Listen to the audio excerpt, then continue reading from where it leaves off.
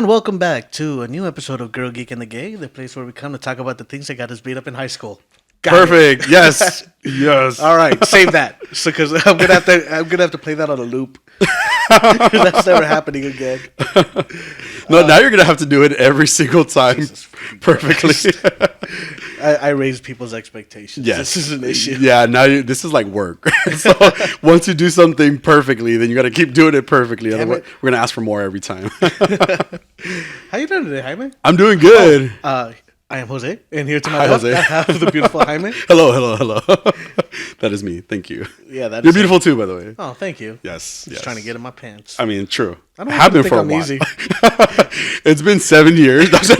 How long have we known each other now, Jose? It's been a long time. At this point, I think it's going to be about 4 years. 4 years. So 4 years. 4 years, probably towards the end of the year. Yeah, sure. Did I just announce where I worked? yes, you did. I like how he looks at the producer Adolfo like what can we do? Can you fix that? Well, he said in the beginning. So Yeah, okay.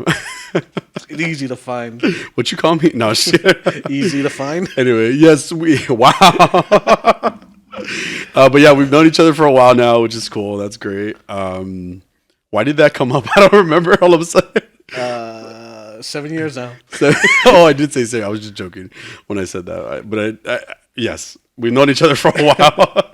You okay? It's too early for me, apparently. It really is.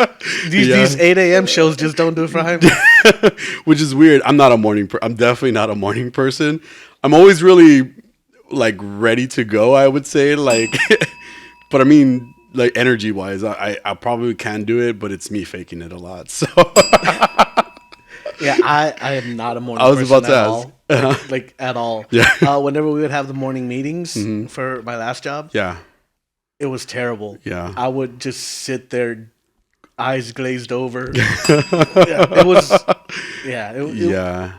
And the worst thing about most meetings is that it could be an email. Mm-hmm.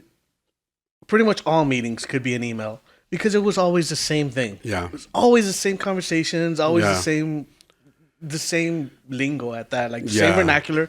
Nothing changed except the day and how tired we were starting work. And maybe who was getting recognized, if anything, like that time too. Yeah. So I get it. Meetings, well, and then so much energy that has to go into that, right? Like, there's clearly two different types of people. There's the evening people and the morning people, and certain people are just like gun ho 100%. Like in the morning, I'm not that person. I don't like to talk until like 10 a.m. So it's just who I am, you know. I get it. Yeah. Adolfo is he's very talkative in the morning. You know, when he wakes up at 4:30 in the morning. Jesus Christ. And it's not a bad thing. It's just for me, I'm not good at keeping up with the conversation because I'm just like, it's the same thing. I'm just like, I'm not even there. Like, I'm just like, I don't even know what I'm doing at this time, you know? So 4:30 in the morning, you should be sleeping. Well, yeah, and I wake going up to sleep. Yeah, well, I usually wake up for a little bit and then go back to sleep. So sometimes I wake up, sometimes I don't. But the days that I do wake up, yeah, it's hard for me to keep up with conversations. So, well, this should be a fun show. How you been? I've been good. Been good. All right. Just, you know, it was a work week. It was actually I feel really productive this week. I feel like I got a lot done. I'm the type of person that's trying to get promoted in my you know, the place where I work. Mm-hmm. And I am trying to just do what I can, you know, to help out my team. And I think that's my priority. It's just I'm more concerned about like how my team is doing, which is ultimately what my position is anyway. Like I have to help out my team. Yeah. And so I'm just this whole week it was just a matter of that, like kind of seeing a lot of the things that I've been quote unquote coaching to and stuff like that, like seeing them being implemented and things like that. Like it's really exciting for me. I think it's really cool. And I like seeing people trying different things at work. It just, it really helps like the morale when we're all kind of on the same board, on the same boat, excuse me. And we're just on the same page and everything's just going smooth because we don't have drama, you know, we don't have anybody kind of coming at us about things that we are or we aren't doing, you know. Mostly what we aren't doing. So that's been the most satisfying thing this week is just everybody's kind of getting on the same page. So, okay. Yeah, how's your week been? So remember last week when I couldn't move my neck? Yeah. So that pain traveled down to my shoulder. Oh, wow. And I had no mobility in my shoulder. What? Like after you left? For the last week. Oh, okay. Wow. Even today, like it hurts to lift it. It hurts to lift. Yeah. So it's made work hell. Oh no. Because also one of the trucks was out of service, so they wanted me to drive the stick shift truck, and I couldn't move my arm. Yeah. So I drove it one day. Because it's your right one. Yeah. I drove it one day. Like, it's really affected my sex life. I drove it one day, and Manuela. yes, I drove it one day, and then I couldn't drive it. Like Tuesday, Wednesday, I was like, nah, I can't. Like, I can't move my arm. Yeah. Icy hot helps. But what about that massager I gave you? You just got to be using it in the right place. I didn't have the so with my right arm, I didn't have the strength to kind of like hold it in place. Okay. Yeah. And even like putting it on like a flat surface on the back and pushing against it, it wasn't really getting the spot I needed. Yeah, it's a weird machine. And trying to do it with my left arm, I didn't have the right angles. So you need more practice with your left arm. I have realized that my left arm is useless. It is completely useless. Like, trying to do anything with my left arm has been a bit. I was trying to turn off a light the other day and I couldn't do it with my left arm. This time the light was off. I mean, on. Apparently not. COVID fog, man. There's little things that I have taught myself to do with my left arm, my left hand, because you never know. It's obviously it's gonna be really difficult to write with your left hand. But there are several other things that I can do with my left hand, my left arm, my left hand, just in case. Again, for emergencies, you never know. I can't snap with my left. I know it's so random. It is so random. I can snap with my right finger, but my left finger, my left hand does not do it whatsoever. And I just thought it was a random thing about myself that would be funny right now. So we learned so much. Look, it doesn't do Anyway, I'm embarrassed now. You should be. Yeah, so you should practice more with your left hand. I really should. In general. Like I said, like my left hand is useless. So when we have to disconnect, it's just aesthetics. When we have to disconnect our trucks from the containers, there's this lever that we pull, right? Yeah. On all the trucks I've driven before, like, you just grab the lever and pull it straight out, right?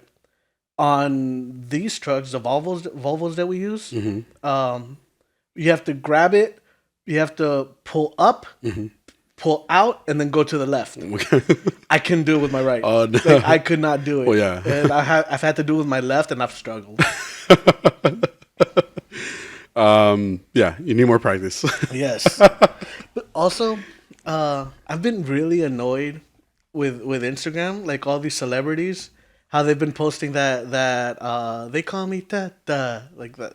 Have you seen that? Oh yeah. That's that one song. Yeah, they call me something. I don't remember. They call me Stacy or yeah. That's not my name. They call me Ho. Oh, that's not my name. Yeah, that's exactly it. Right. So I've been really annoyed because, like, you see these high profile celebrities, like, they call me and they start naming characters. I'm a little hungry. So they start naming all these characters whom I don't know. Yeah. And I'm like, no, fuck you. They call you Reese Witherspoon. They don't call you Reese, they call you Reese Witherspoon.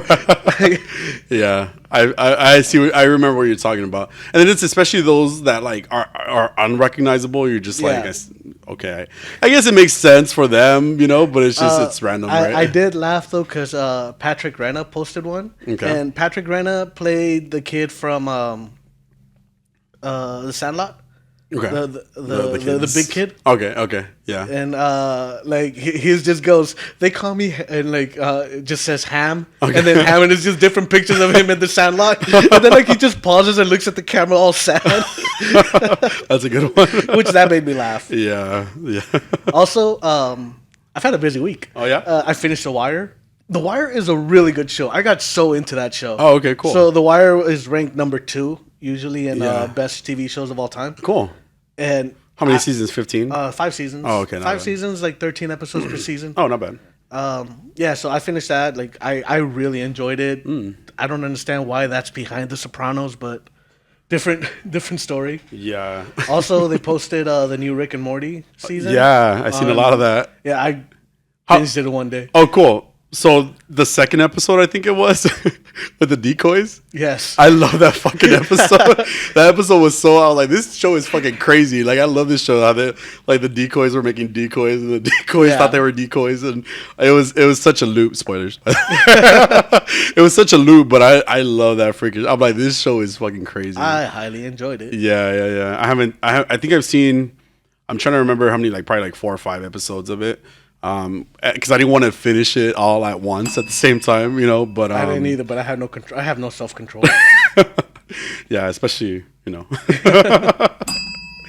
Anyway, I have not been watching much aside from, you know, what we're going to talk about today, and RuPaul's Drag Race, but you know, it's not really your type of show, type of thing.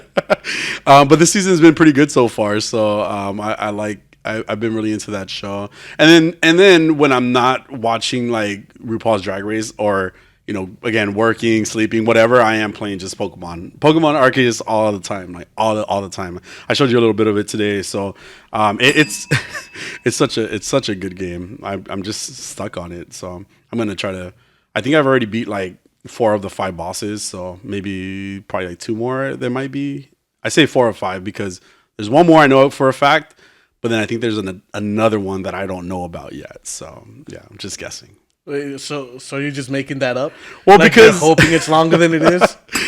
Well, because it makes sense that there's one more, because they've already told me there's one more, right? Okay. But then it doesn't make sense that would be like the end, because the game is called Pokemon Legends Arceus.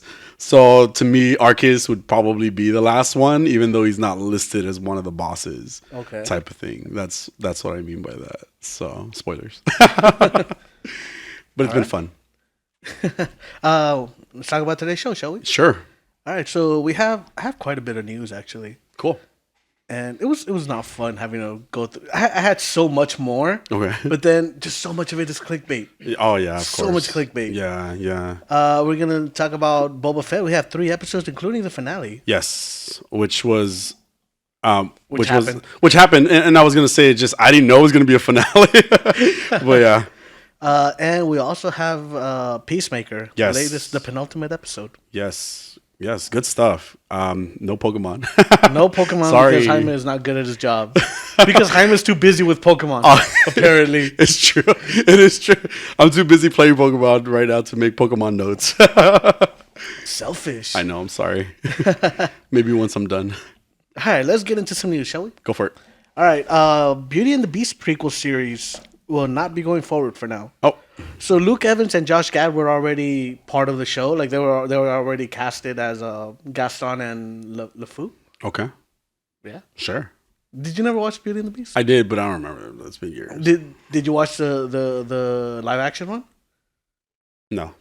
I didn't either. I probably saw just like one of the songs, like the beginning song with, you know, Belle. Yeah. And then that was probably it. And then I just didn't watch it anymore. Yeah, I'm not big on bestiality, so I kind of skipped this one. I would say that it was more, for me, it was more of like, well, they're just the same movies remade. And there's like little things that they change about it. I guess I don't really care that much about like the princess movies and stuff like that. Yeah. Okay. Just my take. No, and I'm the same way. Yeah. I like Aladdin. Does that count? Yeah. Well, that wasn't a bad one. It wasn't bad. I mean, I don't think Beauty and the Beast is bad. It's just not for me. Yeah. Same like with 101 Dalmatians. Yeah. Like, I don't care. Yeah, like there's certain Disney movies that you would like. For example, the Alice like stories that we got, right? They were live action. They were actually pretty good. The one with Johnny Depp. Oh. Alice in Wonderland. What are you confused about? Yeah, I mean, I thought that was it, but I was like, what? And then you said they were pretty good, so I was like, no, he can't be talking about the same. Did you think they were bad? I did not like them. Oh, okay. Like Johnny Depp was not good in that movie. No, just no. I didn't think they were bad. I didn't think they were bad. I didn't think they were bad. I thought they were good. Like I thought they were good. I think this was the first movie that made me go, "Oh, please stop! Somebody stop Tim Burton." Okay, I could see that, but I thought it was good considering. I did like I like the world obviously of that movie. I did like the wardrobe, that especially with her, like the way that it would just kind of change with her all the time. I thought that was pretty badass. I like the Red Queen. I think it's what's her name. She was crazy. Yeah. She had a big head. Beauty and the Beast. Yeah, so they're gonna start filming the series next year. So they had already assembled the cast and everything, but Disney just decided not to go forward with it for now, at least. Yeah. It seems that the scripts and the music weren't up to par to Disney expectations. So yeah, they decided to just put a pin in it for now. Got it. Maybe in the future. Yeah. So moving on, we have Mandalorian season 3. It seems that we're going to be getting a new season of The Mandalorian. Likely Christmas of this year. We're also going to be getting Obi-Wan and Andor this year. Do you know about Andor? No. So Andor is the prequel to Rogue One, and it follows Diego Luna's character. Oh, wait. But he died. Oh, to Rogue One. Got you. Okay. Prequel to Rogue One. Yeah, I'm sorry. It's early. And spoilers, by the way. Why? What did I say? He died. Did I say that? You did. Yes. Did I really? Oh. Well, then again, this movie came out. Jaime. How you doing today? My bad. Welcome to a new episode of Girl Geek and the King. I thought it. Wow. Stop. Okay. It's just I'm bored now. I guess it's just like the timelines are just too many. Now and then it's not like a multiverse of madness or multiverse situation. It's just like too many different timelines, jumping around. It just seems kind of messy in my head, So and there's no consistency, and we'll talk about it later too. Okay. But so skipping ahead for a little bit, that AI Luke Skywalker. Yeah. So his voice was an AI called the Respeecher. Ugh, it's creepy, really. And it was one of the things I have in my notes. Like, there's something off. Yeah. Well, I mean, in general, there was something off. Yeah, it was really good considering. Yeah. Yeah, but that was one of the things. So his voice was just by an AI. Okay. Which was they fed in like Mark Hamill's lines and stuff. Wow. And it just recreated them, but it sounds like them, but it doesn't have any emotion behind anything. Mm-hmm. So it sounds like them, but there's still that dead blah. Yes. I can't think of it. I got you. Yeah. But we're also getting about 8 Star Wars movies set to release after the Book of Boba Fett. There's going to be a Rogue Squadron movie, Star Wars: A Droid Story. Kevin Feige is getting Star Wars. Taika Waititi is getting Star Wars. I have Taika Waitits. I missed an I. Sounds correct. J.D. Dillard. I don't know who J.D. Dillard is. I tried to look up like what he's done, and I didn't recognize anything. And Ryan Johnson might be getting his own trilogy. Ryan Johnson did the second one of the newest. What were the new ones called? There was the one with Rey, the first one, which I can't remember what it's called. Wasn't it something like The Fall of... Oh, The Force Awakens. The Force Awakens. What about the second one was the one... Because the last one's The Last Jedi. The Last Jedi. Oh, was it? Yeah. Okay. But what was the middle one? What was the middle one? Don't fall. She's nodding your head over there. Yeah, well, that was Ryan Johnson's Star Wars. Okay. The boring one. Okay. And Ryan Johnson is a very good director. I like Ryan Johnson. I really like Ryan Johnson movies. Like, that movie just didn't do it for me. Okay. And I understand what he was trying to do. He was trying to reset a lot of canon and kind of move from this Skywalker saga, and kind of move forward with it, which I appreciate. Yeah. But I don't think he did it well, and it was very boring. Got you. According to Google, J.D. Dillard did The Rise of Skywalker, which is the one that we missed. J.J. Abrams. Oh, this is J.D. Dillard. did Rise of Skywalker. Oh, so The Last Jedi is.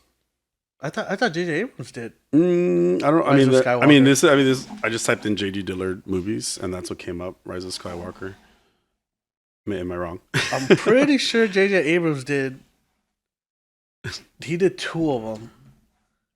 The Star Wars trilogy. Of the 2 of the 3. Yeah. The Force Awakens is one of them. And The Rise of Skywalker. So The Last Jedi would be the second one? I thought The Last Jedi was the second one, but I don't know. No? Okay, so the Rise of Skywalker. Jesus Christ. I should have done a better job. It's okay. Force Awakens, Rise of Skywalker was both of those were J.J. But they were the first and the second movie? We're talking about the last 3 trilogies, right? So J.J. Abrams did the first 2? So... No, because the second one... Because I remember Rian Johnson did the second one, because in the third one, J.J. Abrams tried to undo whatever Rian Johnson did in the second one. Oh, shit. Wait, so then... Because it mentions J.D. Dillard when I typed that in, like what movies he did, and it said... Well, because you mentioned it, J.D. Dillard. It does say Star Wars, The Rise of Skywalker. Film produced, co-written, and directed. Oh, by J.J. Abrams. See? Okay, but wait, why does it say it that way then? I don't know. He we can't trust Google. He might have written it. Okay. No, because story by Derek Connolly, Colin Trevorrow. That's a cool name. I don't understand why J.D. Dillard is showing up as like that's one of his movies when like I'm not lying to you. J.D. Dillard movies, Star Wars. Sorry, didn't mean to throw a wrench in there. It wasn't me. Googled it. Do you believe everything you see in Google? Oh my god! You played this really funny clip for me. Okay, my bad. I'm misinformed. Sorry. Yeah, I don't trust Google anymore. Good? No, I'm gonna go incognito. Can we get back to the show now? Go back to Jesus. Google lies. All right. Ghostbusters TV series reportedly in development. Okay. Very little information is known about this, other than like trusted insiders are saying that Sony is working on developing a series, but they don't even know if they're going to be having the old cast or the new cast from the either movies. Yeah, I got you. Or the female cast. Got you. Yeah, who knows? We might get a little more Melissa McCarthy. Yeah. That's cool. I mean, like, I would like the new cast, obviously. Like, I would like the new cast. Yeah. And maybe just a little bit of the old cast, you know, like just them being like mentors, yeah, in a lot of senses, but not like fully involved in the show, you know? Yeah. Yeah. I mean, I really enjoyed the movie. I did. Me too. And I wasn't expecting to. Same. Right. Awkwafina apologizes for her past use of black stereotypes, slang, and voice tropes in her work, her black scent. Oh. So, I'm not a fan of Awkwafina. Well, okay. I had never been a fan of Awkwafina. I really enjoyed her in Shang-Chi. Mm-hmm. That's all I got. That was it? Yeah, but I don't think that she's that she's pretending to be something she's not. Yeah. I really think because all right, so here was her statement. She goes, "I must emphasize, to mock, belittle, or be unkind in any way possible at the expense of others is simply not my nature. It never has and it never was been. It never has been and it never was."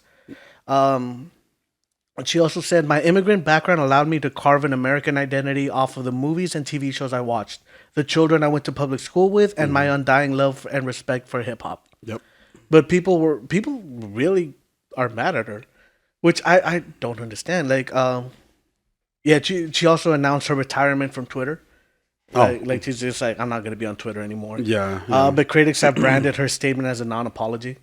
Oh, well, I mean, I think she's explaining where her her personality comes from, right? And for example, me being Latino, like primarily, I went to high school out in Venice, you know, like I went out by the beach. And so I have been told like, oh, you're kind of whitewashed. And I'm like, well, this is how I grew up. You know, mind you, I grew up in the hood, you know, like I really did, you know, for my high school is one of like the worst high schools like in like LA. Yeah, you are very thug. I'm not though. That's what I'm saying. I'm not right. But I'm a product of also where I went to school, you know, like are the people that I was exposed to and hanging out with. And I think a lot of like, for example, what Awkwafina said too is like as you kind of you grow, right? You adopt, you adapt, and you take in certain things from different areas and different points of your life. You know, like I can remember the day that I started writing my A's differently than I used to, and it's such a random thing to think of, right? Because so my A was like the circle with like the tail, right? The lowercase a. Now it's like I don't even know what to call it. It's like the hood, like almost like a top and then a circle. Right? So, and I remember watching, I'm pretty sure it was did you uncircumcise your A? Is that what you're telling me? What the fuck? No, I added a hood to it. Yeah, uncircumcised. Oh, yeah, I guess that is what it is. Anyway, and I remember I was watching an episode, I'm going to say Friends, I don't remember, right? Exactly what it was. I was watching something on TV. I was like, I wonder why I don't write my A's like that, you know? And I like the way that, to me, that A is more fluid. Like, it makes more sense when you're writing it as opposed to the other way around. I don't like it. And the reason I'm pointing that story out specifically is, again, you kind of change depending on what you're exposed to, you know? I went to school in Venice, grew up in the hood, you know, like, there's a lot that I have that has made me, you know?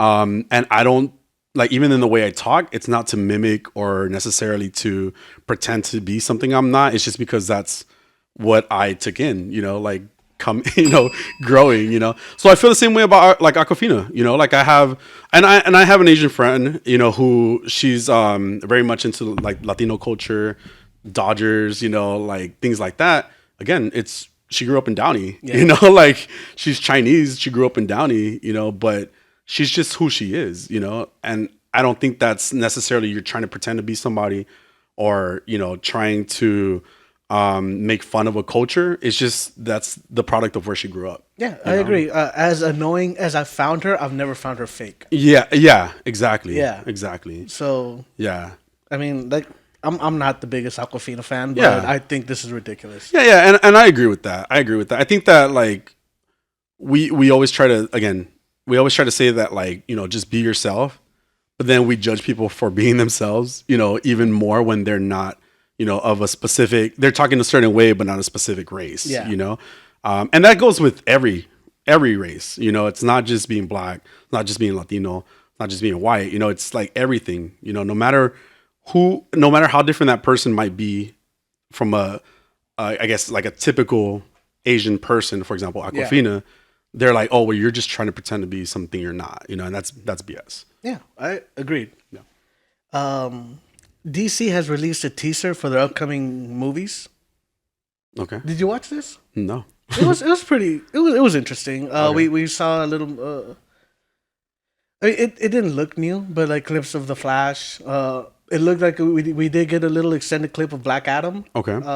We got to see Dr. Fate. Okay. What he's gonna look like. You got to see a little more of the Batman and Aquaman in the Lost Kingdom. So it sounds like they try to do what Marvel did with like when they talked about their shows. Yeah, when they did that 7-minute clip. Yeah. That was like 4 minutes of it was stuff that we already seen. Yeah, exactly. Right. When did it come out?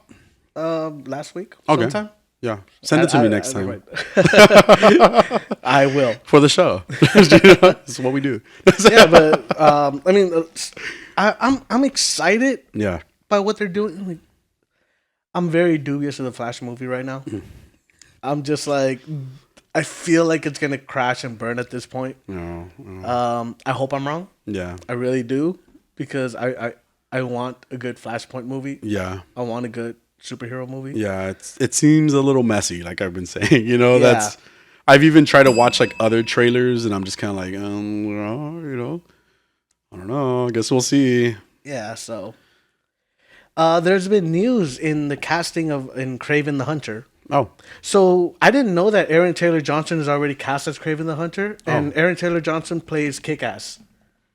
Okay. Never saw Kick-Ass? I did see it, but he also plays Pietro Maximoff in Age of Ultron. Okay, next, cool. Yeah, I know who that is. Okay, yes. So he also plays him. Okay. So he's cast as Kraven the Hunter. Oh. It's slated for, but that was announced last year. Apparently, I had no idea. It's slated for a 2023 release, January. Yeah. Russell Crowe was just cast, but it's an undisclosed role. So. Well, and how do you feel about like them taking like traditional, I guess, Spider-Man villains and giving them their own movies? Like, I'm really not a fan of it. And it's the same as Batman, where they did the Joker movie. Yeah. So I wasn't a fan of the Joker movie. I thought the Joker movie was very. I thought it tries to dive into a character that really shouldn't be dove into. Yeah. One of my favorite lines from the Joker is, I mean, there's a couple, but like he says, if I have a past, I'd rather it be multiple choice, and I think that's explored in The Dark Knight. Yeah, with every time he talks about his scars, he gives a different story. Yeah, and like I like that. That's like great. It's psychotic. It made him seem crazier too, right? What I feel that they did in the Joker movie was they just made him mentally ill, which was they try to humanize him a lot more than they should. Yeah. Because to me, the Joker's a psychopath. Yeah. Like he enjoys killing. Like he does it because he wants to. Yeah. Right. And I didn't like that. It went from everybody's one bad day away from being me to. Yeah, if you don't take your meds, this is what you're gonna end up. Right. So I wasn't a fan of it. I'm not a fan of when they try to dive into the villain without the hero in it. Yeah. And for example, they do that. They're gonna do that with Morbius. Morbius. Yes. Yeah, Morbius. They've done it with Venom. Now Kraven, right? Yes. So to me, it's like. The reason I know those characters is because of Spider-Man, you know, and you're missing an opportunity to kind of, because you're like you're saying too, you're also kind of making them heroes at the same time. Yeah. You know, so it's like when Spider-Man goes up against Kraven or goes up against Morbius. I think that's what they're Venom. trying to do. Like trying to get you to sympathize. Yeah, but it's gonna leave you. It's gonna leave you kind of like torn, even about like if they do a good job, yes. Yeah, right. Which one? But you're right. Like it doesn't seem like something that you need to do though. Like you could just explore them kinda. In the movies, explain. Add really good character in the movie. Exactly. Do something. And he is a bad guy. Something like what Black Panther did with Killmonger. Yeah. Like Killmonger didn't need his own movie. Yeah. Killmonger was the antagonist in Black Panther. Yeah. But there's a point where you're just like, hold on, like this guy's kind of right. Yeah. Even T'Challa is like, this guy's right. Yeah. Like he's not a villain. He's an antagonist. Like he was his antagonist. Yeah. And that's okay. And those characters are cool. That's why I'm thinking like, I don't need to see a Kraven movie. I don't need to like. It's just like now it just feels like they're just trying to milk every character that they have. And they are. So. and really that's what they're doing. Yeah. Sorry, I'm probably gonna watch it, but I mean, of course, because it's a Spider-Man villain. On top of that, it's Kraven. Kraven is a great villain. It's Kraven. Yeah, but Kraven is a great villain, right? And he does have kind of like anti-hero type of backstory. So I don't need it though. Like I don't need Venom. I don't need Venom to stand alone. I mean, especially I don't know. I don't need that Venom to stand alone. Morbius, I guess we'll see, and then Kraven, I guess we'll see. But you don't need them to stand alone. It could have just been a Spider-Man movie. Yeah. Because that's what those characters are, Spider-Man villains. Ultimately, that's how they started, a lot of them, so. Yeah, like I would love to see an episode, a movie where Kraven is hunting Spider-Man. Yeah. You know what? That's what Sony should do then. Just make some shows, like, as opposed to... Why? Because it's just part of their contract. I don't think they own live action TV shows. That's a good point. And they also don't have their own streaming service. Yeah, it's true. So yeah. Yeah. The director of that was going to be J.C. Chander. Okay. Which I have no idea what any of these movies are. Margin Call, A Most Violent Year, All Is Lost, Triple Frontier, Viper Club. Yeah. No. Some of those sound like pornos. They all sounded like pornos. So we might have a release date for Ms. Marvel. Yeah. It seems that there was a slip up and they accidentally posted a schedule. So not only the release for Ms. Marvel, but the name of episodes as well. So episode 1, Embiggen, will premiere May 13th. Embiggen? What does that mean? So fun fact, Embiggen wasn't actually a word. It was made into a word because of The Simpsons. Oh. Jedediah Springfield. Okay. Said like the biggest heart and biggins something like that. And I don't know this. It's whatever is posted on a statue. Okay. But that ended up becoming a word. But it's also something that Ms. Marvel uses when she gets bigger. That's cute. So I mean, it's looking like they're gonna give her embiggening powers. I'm confused though because Ms. Marvel didn't only become bigger like necessarily. It was like a stretching thing. Okay. But the reason I say that though is because she could also like at one point she transforms. We talked about this in the past. Cool. But I mean, it's got to start somewhere. Jaime. I'm just thinking in my head like, okay. I'm thinking in my head, like, if they had already filmed it with the idea that it was going to be this specific power, there's no way that they would be able to necessarily change that power because she's not doing the stretching powers anymore, right? But I don't know. Okay. I haven't seen it. God damn it! it looked weird in the preview, but I guess we'll find out. I've seen just as much of it as you have, Jaime. Embiggen means to enlarge. Yes. I mean, I feel like you could have figured that out. It sounded like another word too, so that's why it sounded Trumpian. Sounded like an alternative fact. We gotta embiggen our academy, okay? A lot of people tell me. Oh my goodness. Yeah. Our academy's not big enough. We need to embiggen it more. Anyway. Episode 3 is called The Woman I Look Up To. And people are speculating that it's going to have a... What the hell was that? I'm excited for Ms. Marvel. You good? I'm good. Well, people are speculating that The Woman I Look Up To is going to be... is going to have a Brie Larson appearance. Yeah, Captain Marvel. Yeah. I don't know if it would. Why not? I just feel like to put that as a title where it would be a spoiler, like that big a spoiler. Okay. I just feel like it's gonna be her mom. Yeah. Kind of. Yeah. I'm trying to think about it. Excuse me, got also, I feel like they're trying to keep this hero a little more grounded. Although there are like these cosmic powers and all that. I do feel like they're trying to keep it a little more grounded, a little more story of her rather than her superpowers. So it might make more sense for it to be her mom. Yeah, the love of a little girl for her mom. I could be wrong. I mean, we could get some Brie Larson. So, yeah, I mean, we could say that. You could say that. It makes sense because it makes sense, But I mean, in the comic book, it was literally like Captain Marvel, like. It would be cool if it was both, like, I mean, of course, like in the end of the episode, it ends up being her mom, whereas Captain Marvel was just somebody, of course, she looked up to because it's a superhero powers, and so maybe it's a split. Maybe it's a split thing.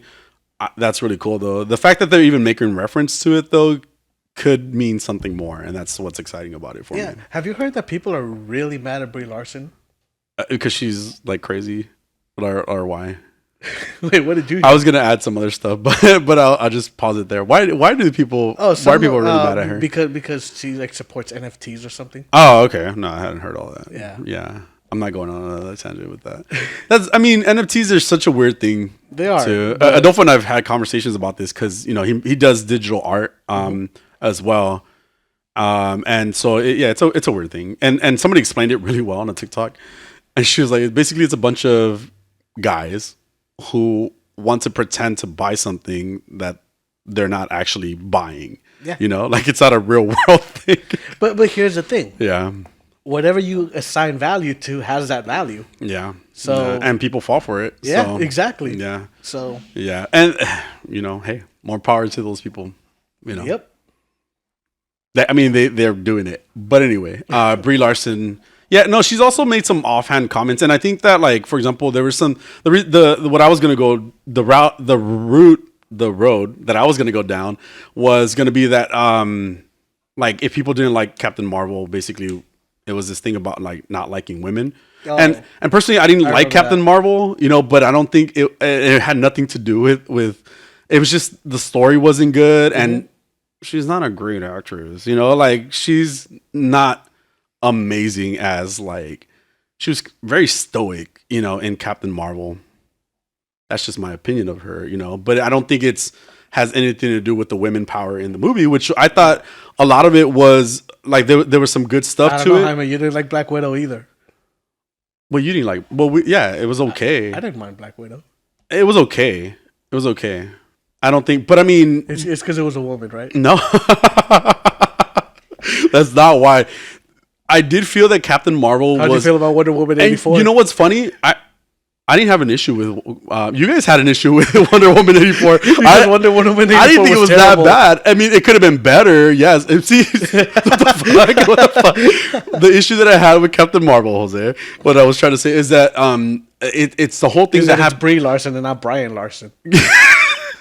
No, just that it's Brie Larson. No, and shut up for a second. I don't mean that insultingly, but what I'm trying to say about it is that I don't like the time situations that are going on. And this is exactly what I didn't like about Black Widow. It's funny because Megan actually mentioned how she did not like the movie when it first came out. Yeah. But when she went back and watched it in order, she enjoyed it a lot better. I'm not fucking doing that. I'm sorry. It doesn't, to me, it didn't like. You could have, if you would have gave me that movie back when, Iron Man came out, I'm sure it would have been great for its time. Yeah.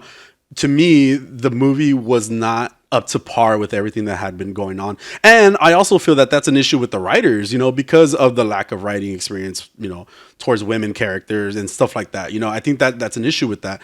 So it just became this thing about her, like, about her trying to be like a badass that was discovering her powers, but she had powers the whole fucking time. Yeah. Like, it didn't quite make sense the way that they were trying, because the final scene, or one of the final scenes where she's like fighting everybody, showing off her powers, is like, she's been doing that the whole movie.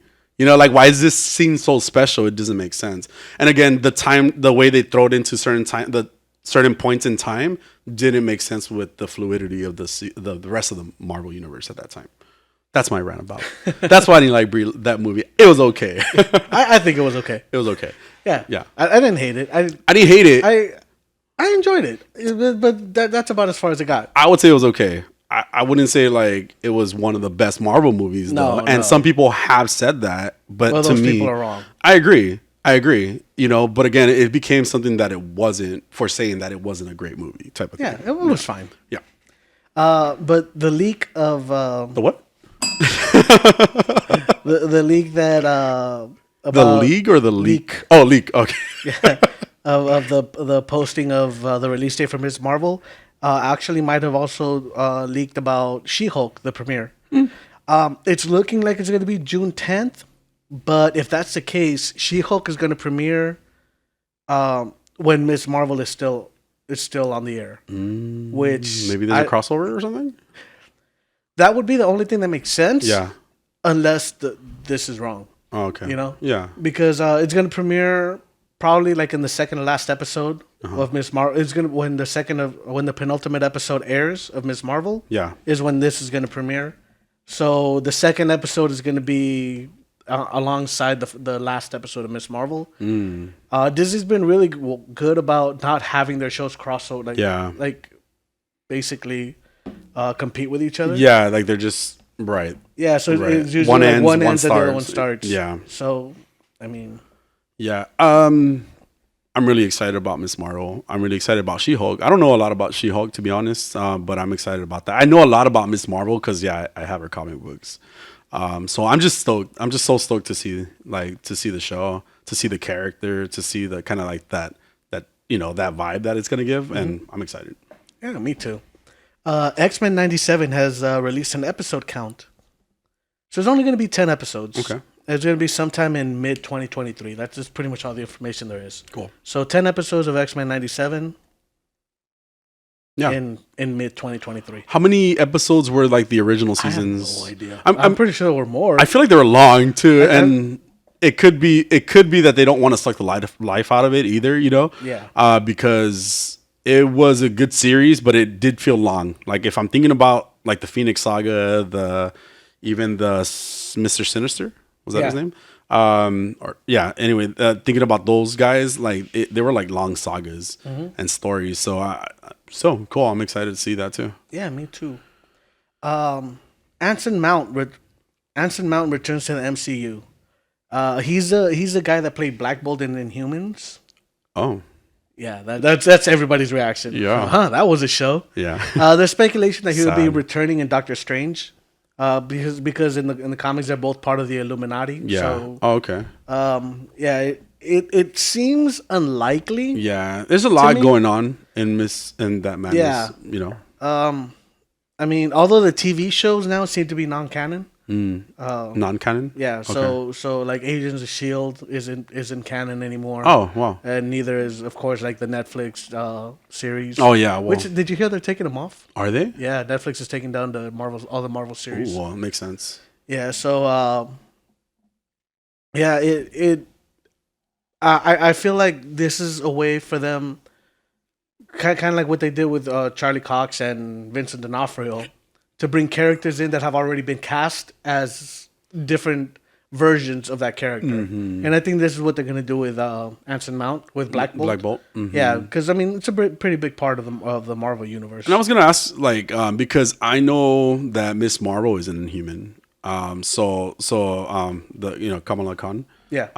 So I don't know. Like, to me, I don't know if they're just going to wipe that history of her and make her into, like, a mutant or something like that.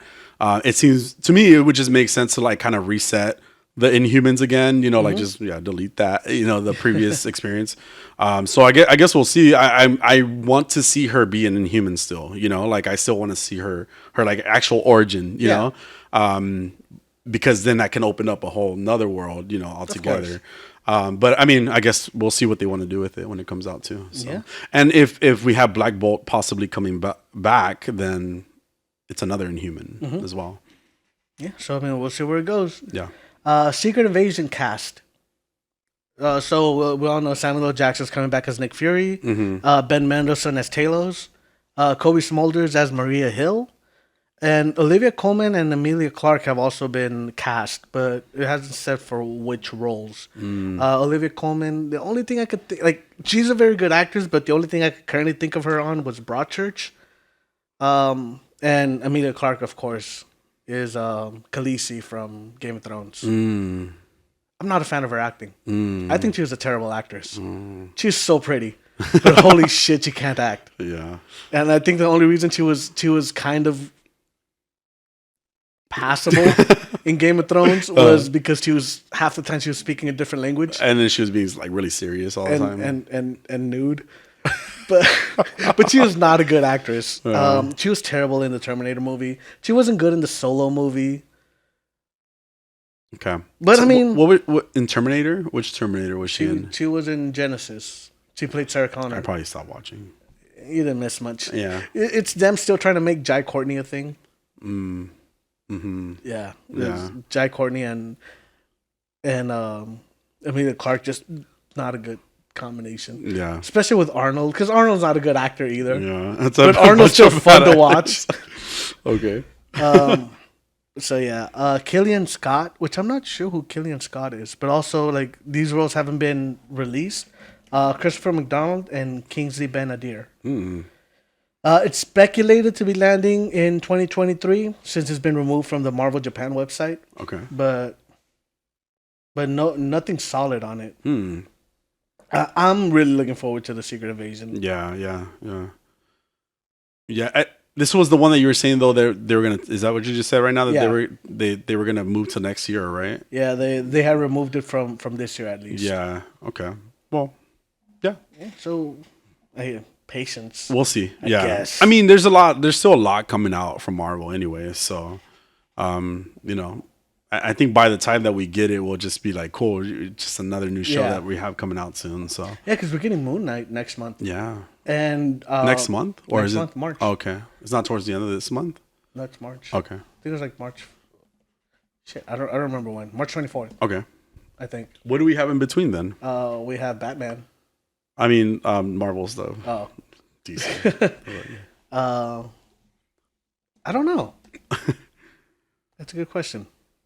But March 30th, 2022 is when Moon Knight's coming out. March 30th. Yeah. I was off. Almost. Oh, Uncharted comes out next week. I already got my ticket. Oh, cool. I'm excited. I have to go see that. Yeah. By the way, Catwoman, her animated movie came out too, so maybe something we should catch. Oh, yeah, sure. Anyway, I recently watched Batman Ninja on HBO Max. Okay. I'm not a fan of anime. Like I've been through this, and I keep trying because the stories seem really cool, but I just can't deal with how I can't deal with these people half the time. Yeah. I don't think it's the anime that's the problem with that movie though. It was a story. Like it was kind of a mess of a story too. I actually like the animation. Oh, the animation looked really cool. Yeah, and the characters, the way they made them look were great, but the story was a mess. That's the issue that I had with Batman Ninja. Because I really like the Batman Ninja characters. They're in Injustice as well. But yeah, the movie was it was animated great. Yeah. It was a bad story. It was a bad story in the way that it was maybe translated into the movie, because we know that's been an issue. Yeah. Like going from the source material from the comic books from the comic books to the movie. I'm pretty sure they had a comic book, right? Or no? Let's just say they did. Anyway, but yeah, it just didn't translate, or the story wasn't good at least. So. You all right there? I'm good. All right. So let's jump into some Boba Fett now. Boba Fett, yes. Yeah. So last week I had only watched one episode. So yes, this week we got 3 episodes to catch up on. Yes, sir. We do. And remember why I told you that these are probably some of the better episodes, but for all the wrong reasons. So what did you think? My first note here is, it seems that the showrunners got so bored with Boba Fett that they decided to make more Mandalorian episodes instead. This was a great episode of The Mandalorian. Yes. Yeah, spoilers ahead, by the way. By the way, guys. So, episode 5, chapter 5, Return of the Mandalorian. Yes. Okay. So again, this was a great episode of The Mandalorian. Yeah, it was. It was a great first episode of The Mandalorian. Yeah. I just feel like this echoes my disdain for what they're doing with the Boba Fett character. Okay. That they give you a 6-series Boba Fett, the 6-episode Boba Fett series, where only 4 episodes include Boba Fett story, and only 2 of them were enjoyable. Yeah. 2 of the Boba Fett episodes. Okay. Yeah. Yeah. It. All right. So I mean, this scene kind of showed Mando with the Darksaber, which was cool. Yeah. I got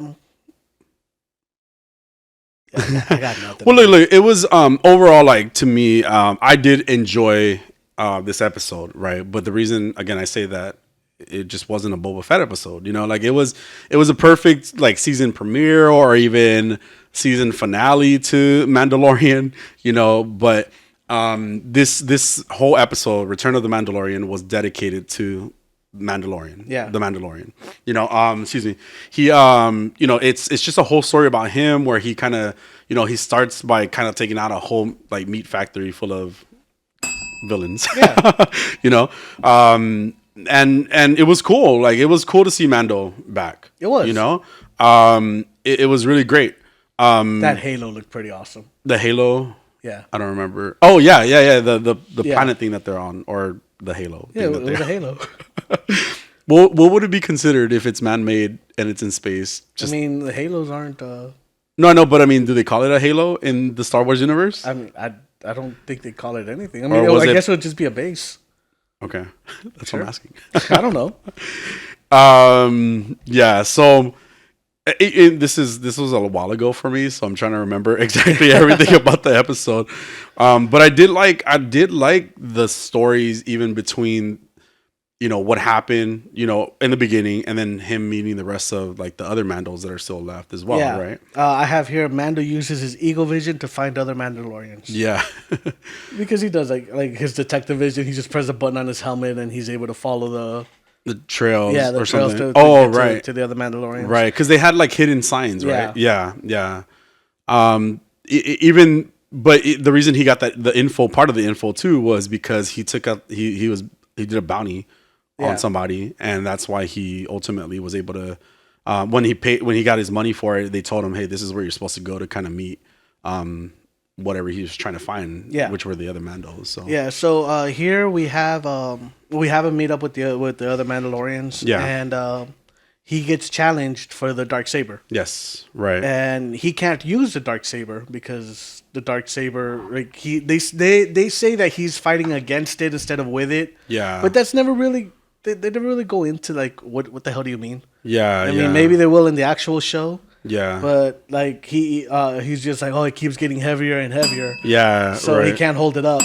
Right. And so when he's training, like the other guy's like, hey, I want to challenge you for the Darksaber. Right. And beats the shit out of him. Yeah. And then he picks up the lightsaber, so he ends up losing the fight. Right. And then he gets stopped by the female Mandalorian, right? I don't remember her name. I didn't get names at all. I don't have it. And it was cool to see kind of, well, and the only thing was like, I didn't like that he betrayed him. Like they betrayed each other almost instantly, like they're the only 3 Mandalorians left, I think, right? It was something that they implied. Like, did you take your helmet off? Yeah. So, well, it was that I think Paz was the one that challenged him, because I do have one of their names. And I think that was the name of the Mandalorian that challenged him. Mm-hmm. It was like they were all getting along. They were all like building armor together. They were all trying to like rebuild themselves, I guess, ultimately. And it just became like this thing where like, hey, like you got that saber. It was supposed to belong to my people, or excuse me, my great grandfather or some shit. Like fucking, it was ours. It was in our family line at one point. So I'm just trying to get it back at this point, and so I'm going to betray you and try to stab you. I have here, he's challenged for the Darksaber by another Mandalorian in space Mortal Kombat. Yeah. Also, they talk about Bo-Katan, and it seems to be that she's the one they blame for the Great Purge. Yeah. He also asked for his spear to be crafted into armor for Grogu. Yes. Right. And that was something. That was created, right? It was you could see the scenes of like them creating it. It was interesting, an interesting scene. I liked again that we got more story about like even like the Mando religion, like what they believe in, like weapons are their religion. I have here like Din Djarin is no longer a Mandalorian because he removed his helmet. This is a weird ass cult. Yeah, yeah, and that was something that they did point out right away, right? They were like, well, you don't have any right to anything now. Because you took your helmet off that one time, even though we didn't see it. Yeah. Even though you confessed to it, we didn't see it, and that happened in the movie, in his season, right? Yeah. That's where he took off his helmet because he needed to be saved or something like that. Yeah. But the weapons are part of my religion did make me laugh. Yeah. When he's trying to get on the train, or it's not a train, but you know what I mean. Yeah, space train. Now he had the Jawas. The Jawas go on the fetch quest in this episode, and then we got a really long shipbuilding montage. Yeah. With the mechanic. Yeah. Yeah. I mean, nothing happened. Yeah, I mean, no. Well, nothing in relation to Boba Fett for sure. Yeah, that's definitely true. But I mean, he built a ship. Yeah. And that was the majority of this episode. Yeah, him building a ship. The beginning was cool. We got a little bit of action. Even in the fight with the other Mandalorian, which was just, I felt it was clunky, but still at least entertaining. Yeah. And then again, like we went into this shipbuilding montage with him finding a ship and then trying to put it together. Yeah. And all I could think about is it's grease lightning. Yeah. Like the whole episode. Yeah. They do point out too that he's still like obviously really attached to Grogu, you know. He calls him a foundling. I guess that's what they call creatures that they save. Yeah. Mandalorians. I would imagine that's what he actually is. No, that's like a young Mandalorian maybe, like a trainee. Oh. Because later in the future episode, Ahsoka mentions like because he goes, oh, he's a foundling, and she goes, oh, is he a Padawan? Mm-hmm. Okay. So like trainee maybe. Yeah. Yeah. Well, he's still really hung up on him. Yeah. No, I mean it could be. It could be. I feel like everybody like names. Like, for example, for him, it's a foundling, you know, maybe something he saved, you know, I'm just thinking. But you're right. I mean, it makes sense, like, the whole training aspect of it, too. And you're right. Like, not much happened. And, again, nothing happened. especially in regards to Boba Fett. But nothing happened with Boba. Fennec showed up at the end to be like, hey, remember us? Was that in this episode or was that in the next episode? I have here, like, Fennec shows up looking for Mando at the end of the episode. Yeah. Because it was... Did they finish creating the ship in this episode? Yeah, because he went driving it around and he got pulled over. Yeah. They asked him for his license and registration. Yeah, and that was a funny scene, you know, because he just bolted. Overall, like, it was just a really good Mando episode. You know, like that's it. I mean, I wouldn't say really good. I mean, not really good, but like it would have made more sense for the Mandalorian season than it did for this show, because at least it would have been like a filler episode, you know. Tie that in. I do have to say though, the amount of detail that they put into like the creatures that they create is great. Like I love the variety. The show is beautiful. Yeah, it's made well in certain like in regards, especially to the creatures, right? And there's certain visuals like you're talking about the halo that's great, right? Even in the design of Mandalorian, like the detail and the design of him, you know, like I liked his armor. I liked his, you know, like the details they gave him. Same thing with Grogu. Same thing with just random creatures that they run into in any planet. Yeah. Or any base, whatever, right? They are really well designed, you know, and to have so many different kinds and well designed, it's just been awesome. I do like the mechanic lady. She's crazy over the top. She's pretty funny. But again, this was not a Boba Fett episode. This had nothing to do with Boba Fett except for like just a way to bring Mandalorian back in for 2 episodes. Yeah. And I honestly thought that's where it would have ended with like the Mando episode, and then we would have just went back to Boba in the next episode. But you know. Well, let's jump into the next episode. I guess. Episode chapter 6. I didn't write the title for this one. Okay. From the desert comes a stranger? Maybe. Okay, sure. Because I have the title for the next one, and that's not it. So yes. And I'm guessing they're referring to.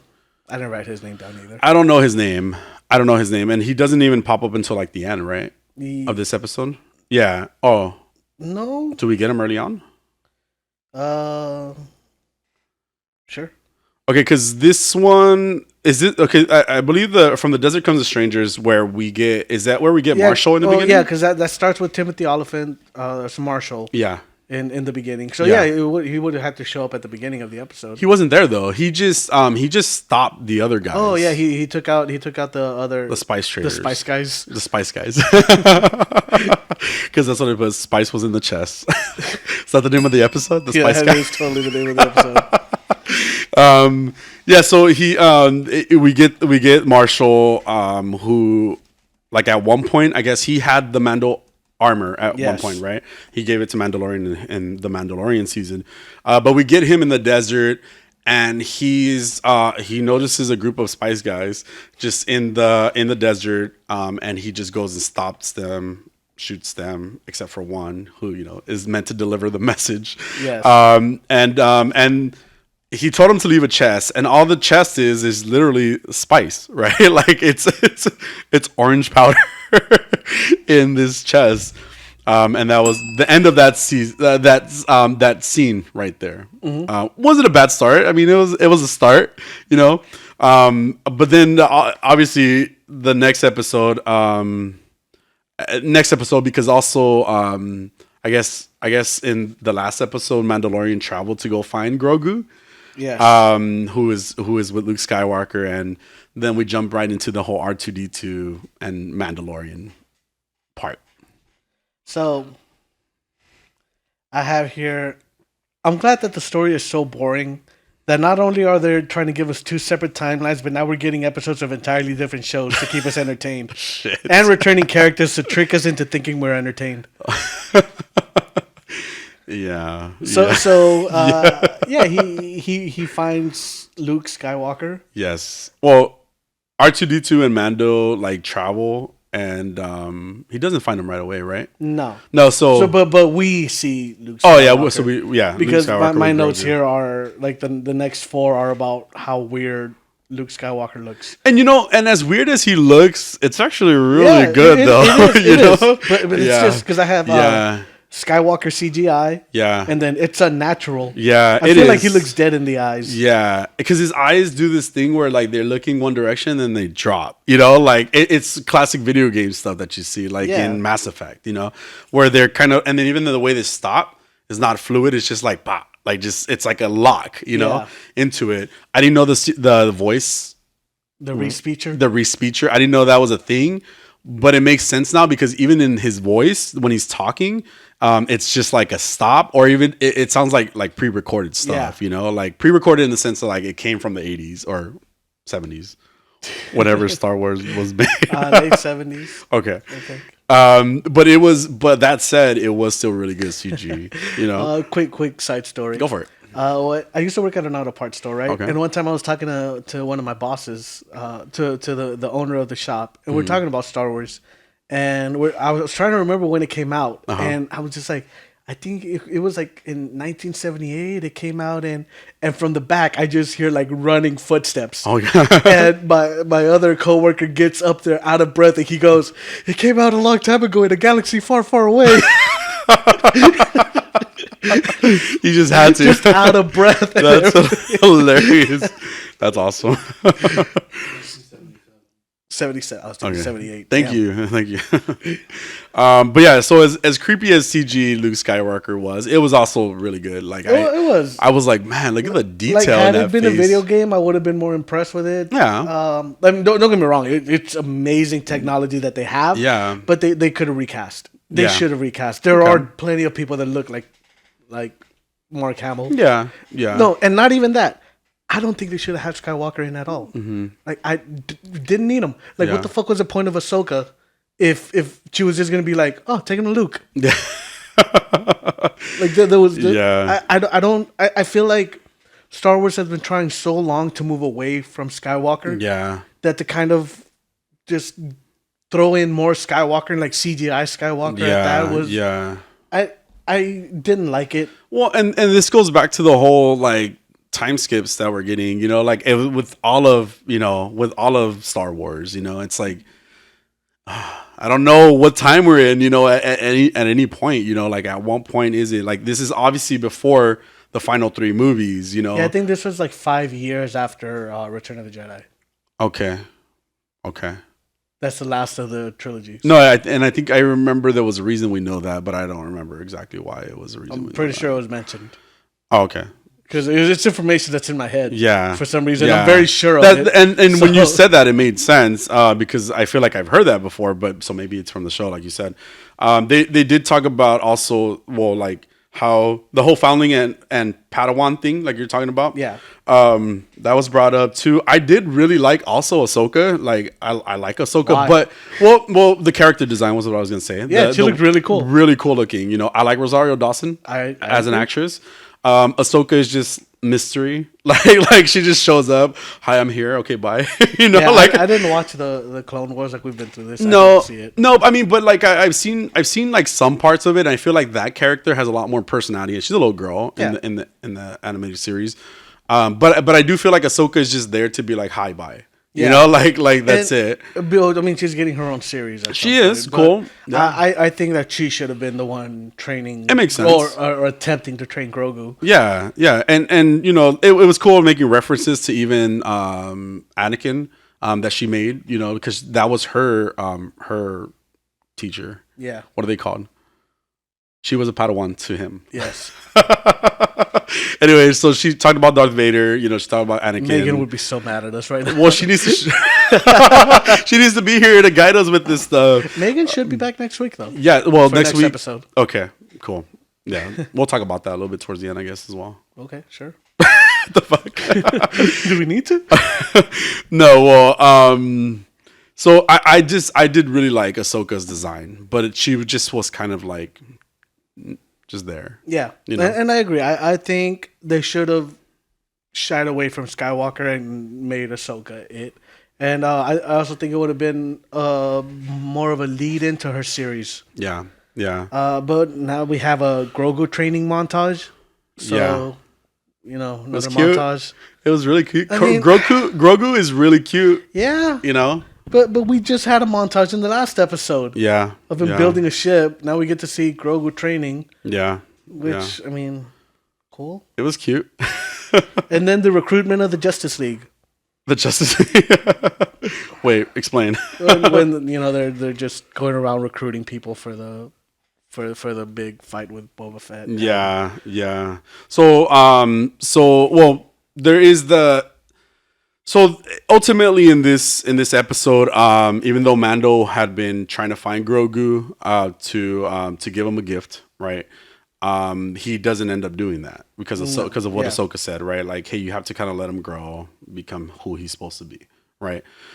He was torn, but he ultimately decided to not reconnect with Grogu because he knew it was going to throw him off, according to Ahsoka. So like you said, the Jedi, Grogu and Luke were training. And so ultimately Boba Fett leaves, and this is where we start getting more of like the whole, Mando. Back to the Boba stuff, right? Like Mando leaves. Huh? Mando leaves. What did I say? Who did I say Boba leave? Fett. Oh, I meant sorry. They're the same person to me in my head. That's racist. I mean, it's helmet is because they just wear the same helmet. So, like you said, we get the recruitment of like, I mean, even though they were already like in the group, essentially, you know, we do finally start getting more Boba Fett information, though, right? We said we got the mods. Mando shows up. Chrysanthemum is there. Are there? I mean, they're represented as like the muscle of the group. Wait, is that what happens? Is that like they all just show up back together, to the planet to where Boba Tatooine? Yeah, and I have here. I really like the space western aesthetic because I really do. I really like that. It's so cool. And I just wish it was more. Better. So the last two notes I have here is finally something happens when the Spice Guys blow up their cantina. Yeah. Because I think that's how this one ends, right? It does end. We skipped the big part of it though. Did It was the Marshall Vanth scene with. Oh yeah, I thought we talked about that. No, did we? No, we haven't. Didn't. No, we talked about a little bit Marshall Vanth in the beginning. So this was probably the most interesting part of the series altogether. Was we get Mando, who goes and recruits the people. Goes and recruits Marshall Vanth, or talks to Marshall Vanth, who was the former owner of his suit, right? Yes. I think that's what I meant by them trying to recruit the Justice League. Oh, okay. What? Okay, so and about that, we'll get into that in the next episode too, right? But so Mando recruits, talks to Marshall. Marshall, he tells Marshall, "Hey, can you like help us out? Boba Fett needs help." The Pike Syndicate is trying to, take him out as the whatever he is. Yeah. We learned that Mos Pelgo has become Freetown now. Yes. Very American. And they're good, like they've been comfortable, and everything's been good. And in that conversation that Mando and Marth, ultimately it just comes down to like, Freetown is gonna join. It sounds so cheesy. It's you know what's weird? It sounds so cheesy. And Mos Pelgo didn't sound as cheesy as Freetown. So we the people of Freetown he decided that they are gonna possibly join them. It seems like a yes, could be unsure because they're comfortable and they're happy. It's he says a really funny line too when they're having a conversation. He goes, that big smile of yours to Mando, Marshall Van. And it's just the helmet that you're seeing the whole time.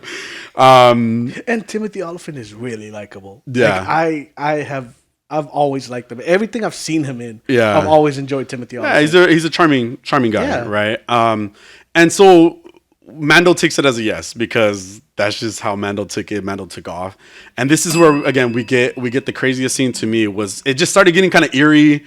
It started feeling kind of weird, and yeah, that makes sense because I have the recruitment of the Justice League followed by I like the space western aesthetic. Yeah. Which was when we get into that whole scene.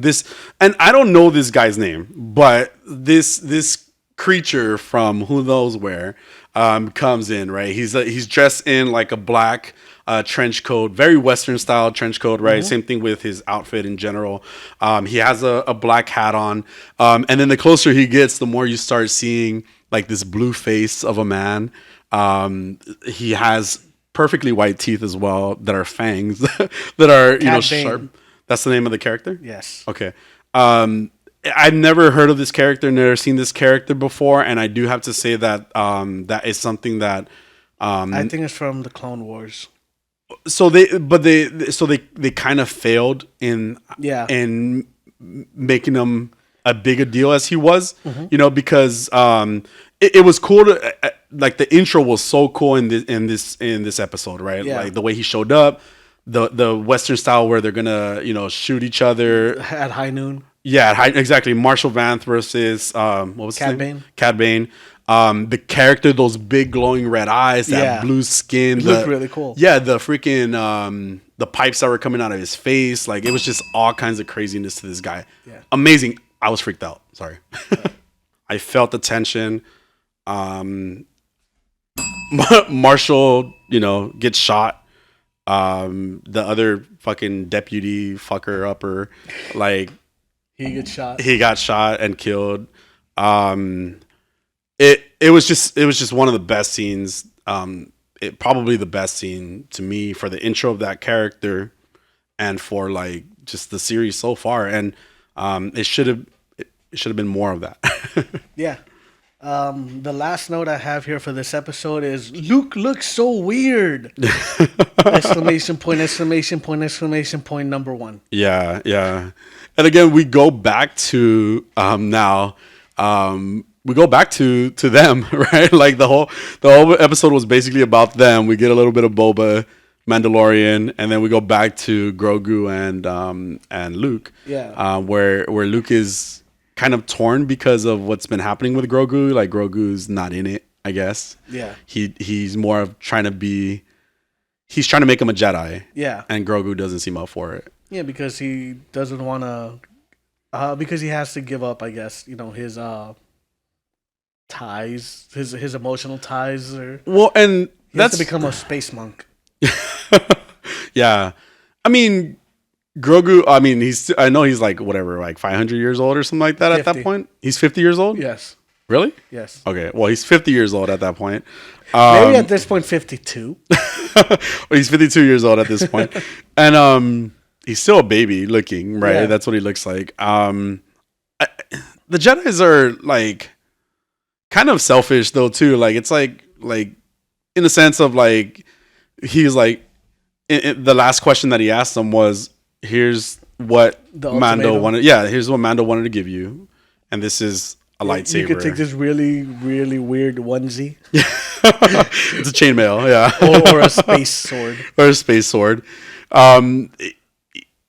It was, I mean, it was just one of those things that was like, okay, they gave him the ultimatum, and it's where it ends, right? We don't know if Grogu is gonna be, but we know a Mando, or if he's gonna be a foundling Jedi or a Padawan. Yeah, a foundling or a Padawan, right? Exactly. And so that's where the episode ends.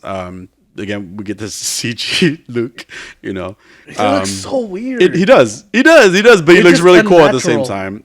Yeah, I think it's because we know it's not natural too, No, I think I'd be able to tell. Well, that's what I'm saying. Like we know, like because we can tell by looking at humans what humans actually look like. Yes. That's what I'm saying. That's why we freak out. That's why you're freaking out. You know that they're trying to make new movies starring James Dean.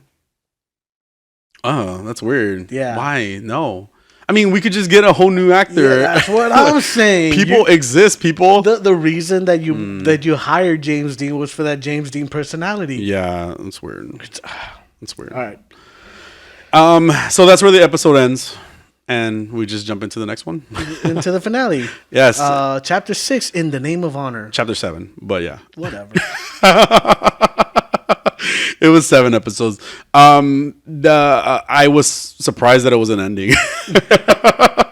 I did not know it was going to end there. So, but yes, In the Name of Honor. Yeah, so it's in the beginning of the episode, it's revealed that the Spice Guys killed the Tuskens. Spice Guys, which I thought we knew the whole time. Did we not know that? No, the bikers were blamed for it. I thought it was the Spice Guys.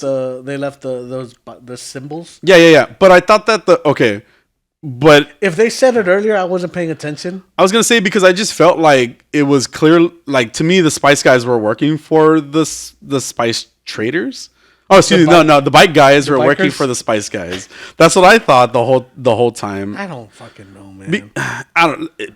Yeah. Because they said that they framed them, so that means that the bikers weren't even involved in this. Because he said we even left symbols. Yeah. That resemble those of the bikers. Yeah. Yeah. This finale was terrible. Like it was not a good finale to a series. I mean, the whole series was not good. What's your hesitation, your thoughts so far right now? Okay. I had a good time with the shootout. Ew. I had. Why? I'm shocked at that. I had fun with that shootout. Was it because it was funny to you? It was just. I think it's the most action that I've seen in the show. Okay, and I can give you that.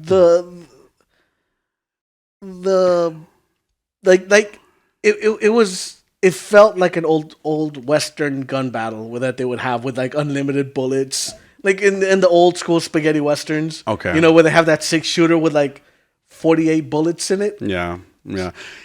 Okay. But I just okay. So we see Grogu chose the chainmail over the lightsaber. Well, yeah. Well, he comes much. Yeah. Well, I mean, that's just. I guess that's how little notes I was taking. Well, yeah. It's a highlight of the episode for sure. Grogu does end up showing up with the chainmail. Damn, right. How the hell did I just jump all the way over? I'm like, that happened at the end. Because I also have those scooters are so out of place. Yeah, everything is like that brown. That's what I've been saying. Desert thing. All of a sudden, you just get this bright pink scooter. Just coming at you. These Power Rangers with their bright pink stuff. The mods. The mods are the worst part of the group. they literally make no sense to the group. And then again, like because of they're so perfectly polished and clean. And but they call them street rats. Like the mods, like no, they're like perfect. You know, like they're wearing like perfectly clean clothes. You know, like almost even kind of steampunkish like vibe. You know, but pristine. Yeah. Clean as fuck, you know.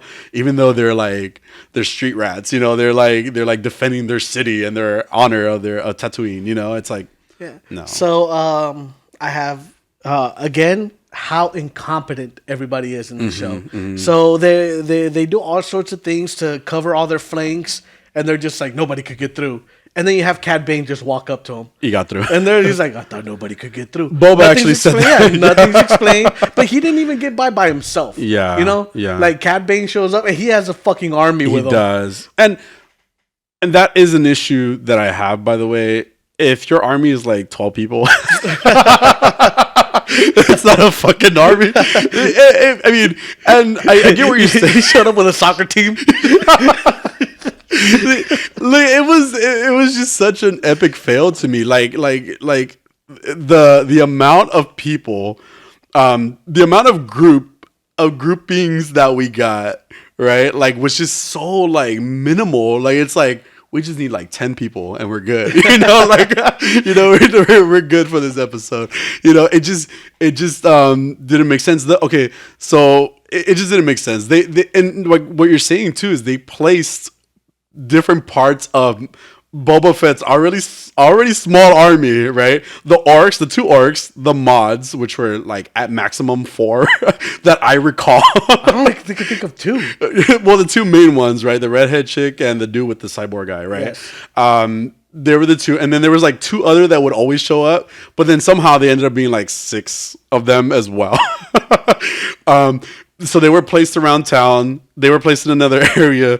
The orcs, like I said, Chrysantan was by himself, like in the middle of like town. Yeah. Fennec was with Boba and with Mando at a certain point, right? They were all just kind of separated and spread apart, right? Like in different parts of the town. And then the locals decide they're gonna betray him. Yeah, which makes sense. Why? What's his name? Cat shows up, right? He gets into town. There's the kind of like, again, that standoff. But either way, like the locals were just told to remain neutral. Yeah, but they started attacking. Yeah, so it doesn't make sense that Cad Bane would have been able to avoid all those other patrols. Yeah, but the 6 other people. Fucking hell. That's what I'm saying. That's exactly what I'm saying. Like, you can't, like, okay, yeah, he avoided 6 people. 4. Let's say the 2 main mods, and then the orcs and Chrysanthemum. Okay, 5. sorry, 5. I put the 2 orcs together in my head. You know what? For guessing how many people there were, that was pretty good. But and then on top of that, why were the orcs the only ones that actually ended up dying? I was so mad. They killed the orcs. What the fuck, Yeah, they just threw them off the cliff. Poor orcs. Like, I honestly thought they were going to come back like Chrysanthemum. I have the mods are being attacked by the Balchinians. Chrysanthemum is attacked by the Democrats. And orcs are thrown off the top of the cliff. Yes. Oh my God. That was really good. And orcs are thrown off the top of the cliff. Yeah. that happened in what, like a 2-minute time span? Yeah. And so ultimately, of all those people who were ambushed by the locals, the only ones that died were the orcs. Yes. Like, it made no fucking sense that they were the only ones that died. Because even some of the mods were actually shot, but then they just got back up. Yeah. Like, oh, we need these guys part of the army. So get up, bitch. You know what? We're running low on people, so... Don't die. I need you to come back to life. But so Cad Bane and Boba have this face off where Cad Bane lets him know that it was the Spice guys that killed the Tuskens just for no reason. Why? Just for no reason. I was totally asking myself that too. Like, why did he feel that? Because he works for them. Yeah, like, what was the point? I guess he just wanted to make him emotional. Make him like. So and I think this is where they failed with Cad. Cad, right? Yes, because I really don't know his name. This is where they failed with him. Okay, it's clear that Boba Fett knows him, right? Yes. It's clear that Boba Fett knows him. Do we fucking know him? It's funny because I have like wait, where did I put it? Is it a quote like "I'm not a boy anymore" or something like that? Well, no, I've just put like oh, how does Boba Fett know cowboy? Did I miss something?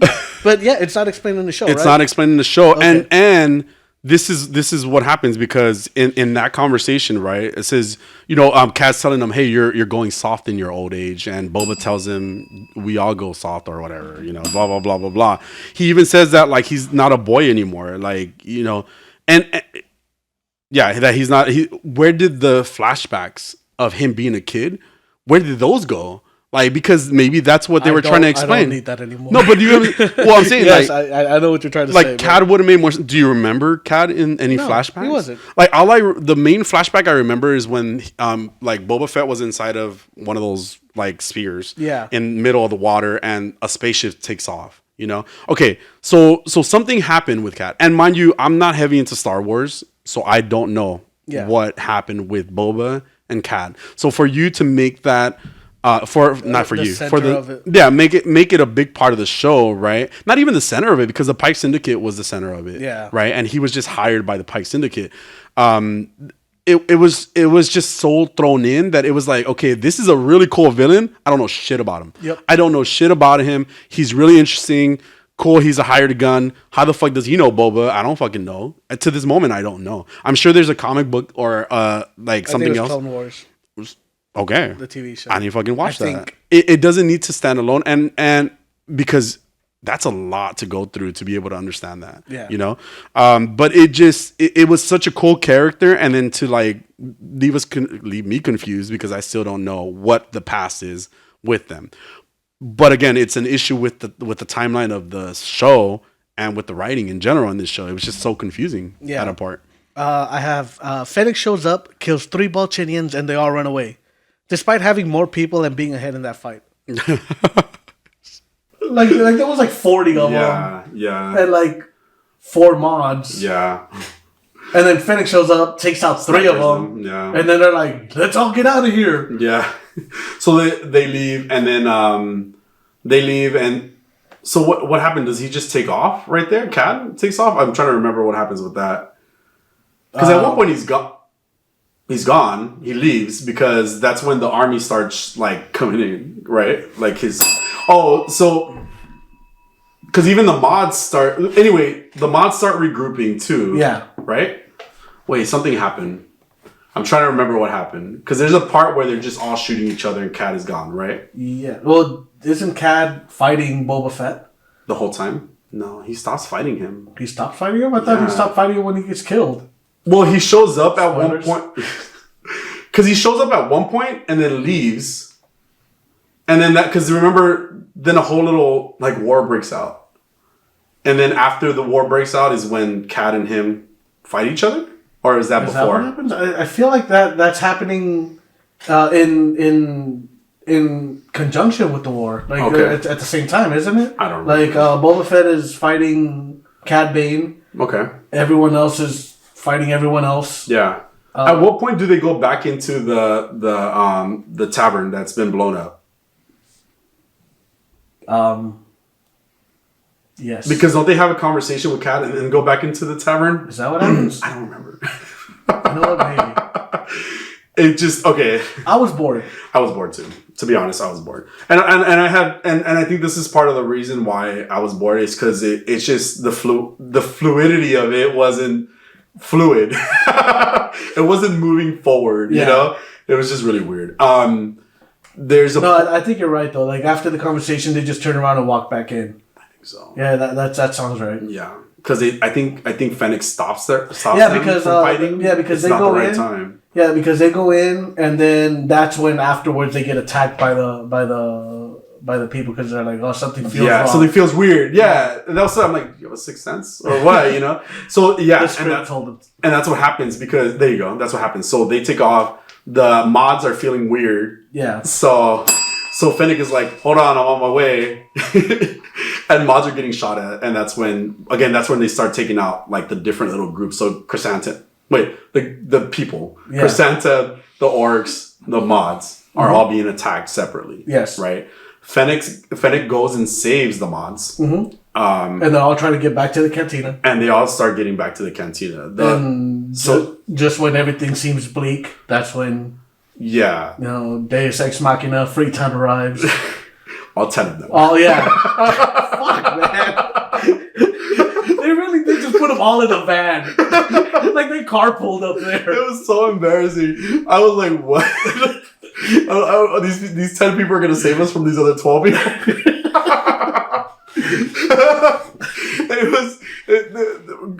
It was the mods already there. The Chrysanthemum was Chrysanthemum. No, Chrysanthemum wasn't there. That's right. So Freetown shows up when it's Boba and Mandalorian are fighting the Pikes. You know, the Syndicate. They're being shot at. They're actually about to get taken out. You know, like which I'm so confused by. It doesn't take one shot to take you out. I don't fucking know. Because they kept getting shot. Well, I think they were being shot in the armor. Okay. So they were fine. So like. Were they going to be fine anyway? At some point, and I think that was one of my complaints was that the Mandalorian armor just seems like it's bulletproof. Yeah, like they just and then how? So are they getting hurt? but I was confused because like I'm pretty sure I've seen Mandalorian get shot and just kind of like it just bounces off of him. Yeah, I could be wrong. They're OP for sure. But here, like it seemed like whenever he got shot, he was like, ugh. Yeah. Okay, and so. And they started going down and on each other. No shit. If only it would have made it more interesting. And that's when Freetown shows up. Yes. Freetown. We actually do learn that Marshall died, which I only say that because he got shot in the shoulder. Yeah. So it didn't seem like he died, but then, that they murdered him in cold blood, or Cad did. Or at least that's what they want you to think. Oh, that's right. So that was weird then. What was the whole point of nothing. It was they wanted Freetown to show up and Deus Ex Machina the thing. I'm sorry, Freetown did not look like they could save me. No. They did not look ready. Like Freetown showed up just to be more bodies. Just to increase the body count. 16, yeah. It just they showed up in their bus. They jumped off. The bus got blown up. That's when the mods came in.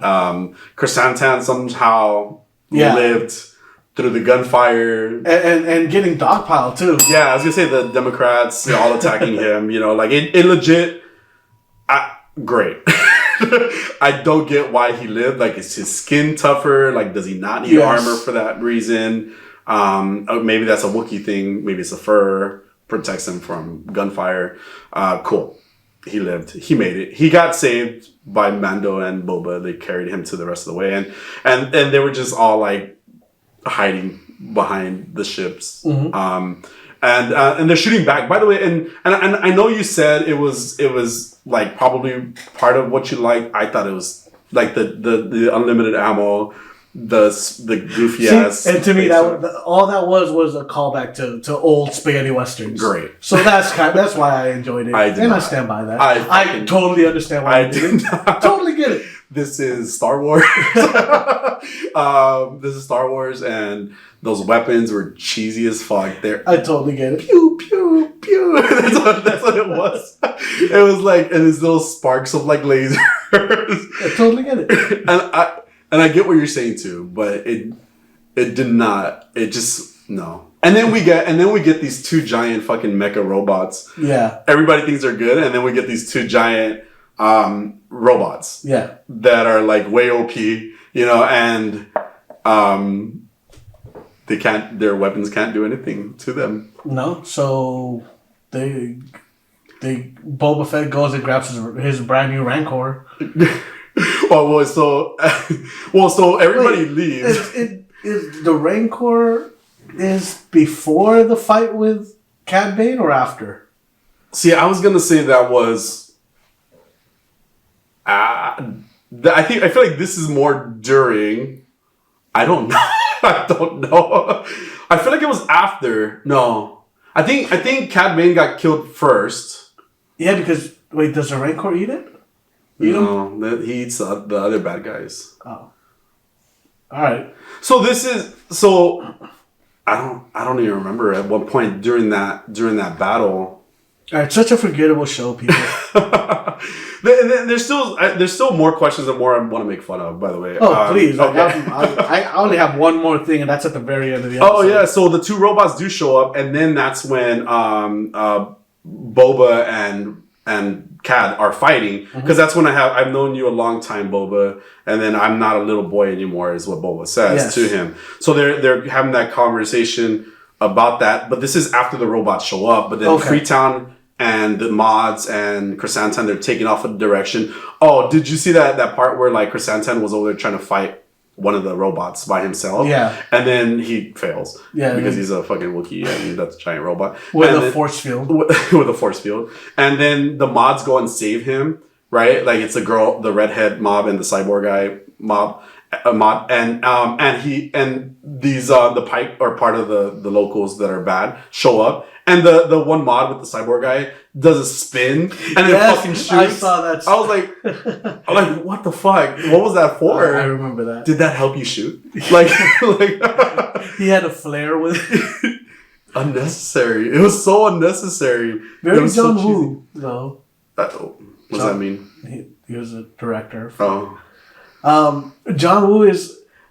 You always know it's a John Woo movie where you see doves. What the fuck? There's always doves in a John Woo movie. Oh my god, okay. There was a video game called... I don't remember what the... Stranglehold. Okay. And it's based on a John Woo movie called Hard Boiled. Yeah. But it was a shooter game, kind of like Max Payne. Yeah. and you would sorry, side tangent. I know. but you would build up kind of like this meter, right? And then when you build up this meter, you could like do a special skills, and he would spin around and just shoot everybody around him, right? Okay. And it would be in slow motion, kind of, and you would see doves coming out from out of nowhere. It was very John Woo-ish, but it was a very fun game. It was a very fun game. Yeah. The environment was very destructible. Yeah. It was cool. No, I highly enjoyed that game. Yeah, it makes sense for that game. Yes. It was so much better for Boba Fett. Yeah. Than Boba Fett. They were just like, I feel like it just at a certain point they were piling things on to like it was so they all went to go hide except for Boba Fett and Mandalorian while they were fighting the two robots, right? I guess Mando at one point gets saved by the mechanic and Grogu. Yes. And then Boba Fett took off. Like, we didn't know why. To me, it was clear that he was going to go get the fucking monster thing, because that was the whole point of him storing it. Well, the monster takes out the robots. Well, Grogu helps, too. Yeah. That hug between Grogu and the Mandalorian, it just looks so weird. Because it's so tiny. Yeah, and like, he just jumps at him. Yeah. Oh, but Grogu is so cute. I think Grogu is so cute. He's the only thing that was really worth it. I remember listening to this other podcast, and they were talking about when the name of the child was first revealed. And they were like, Grogu? That sounds like something you put on your penis. What the fuck? Why? It's Grogu. Trying to make it. God. Okay. So now every time I hear Grogu, I just think of growing penises. Yeah. Cool. That's just me normally.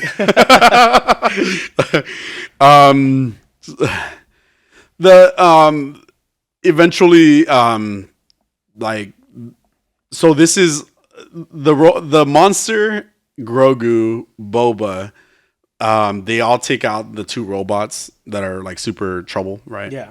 And this is where the Cad scene happens, where he falls off of the monster because Cad uses the flames on him. Oh yeah. So that's when the whole scene happens. I totally forgot about that. Now I'm having flashbacks of the episode. So the monster takes off. When did you watch it? I saw it yesterday. This morning. No, I saw it yesterday morning. Wednesday. Was it yesterday? No, yesterday afternoon. Yeah. Unfortunately. But so they stop those robots. Cad and him fight.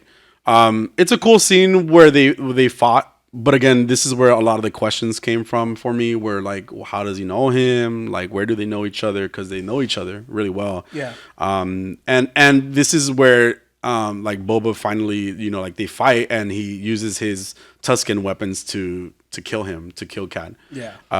It was a cool scene. Sure. I mean, for what it was a cool scene. You didn't like that scene? I mean, he used a Tusken weapon though. Yeah. It was fine. It happened. Yeah. And this is another thing that I didn't understand. Why did that monster just take off and like went on a rampage and now he became the bad guy? Because they burned him. Yeah. Yeah. But then everybody was shooting him, like, so of course he's gonna be mad. Even Mando said that, like, what are you guys doing? Like, he's an ally. Why are you shooting it? Like, because even the mons are shooting it. I feel like you see a monster coming at you and destroying things, your first instinct is to shoot. But he's the one that just saved everybody. Yeah, I don't know. He killed the robots. Did we not notice that earlier? I don't know, man. I got nothing. Grogu put him to sleep. Yes. That was how the just like war Boba Fett ended did to me. That's how the whole and then Fennec, who wasn't there the whole time. Oh yeah. Yeah. Do you remember what happened with her? No. You don't? No. You stopped watching. That's what happened. I must have. Fennec did the thing that Boba could not do. She went and killed all the mob bosses and the mayor and the Pike Syndicate leader. I remember that at the end. Yeah, because it was at the end. Like, she's ultimately what stopped everything. She resolved the issue, and then she just took off, and then we didn't see her again. Because Boba Fett does nothing. Yeah. Boba Fett was useless in this. Yeah. Like, all they did was take a really cool character and destroy him. This whole story was bad. Written bad. The army was not an army. Like, the I didn't feel that epic sense of, like, war. Yeah. Between the syndicates, who are masses and masses of syndicates, apparently. Because all we saw was 12. And Boba, who really had nobody, because if Freetown did not show up, they wouldn't have had the 10 other people they got. You know, like that.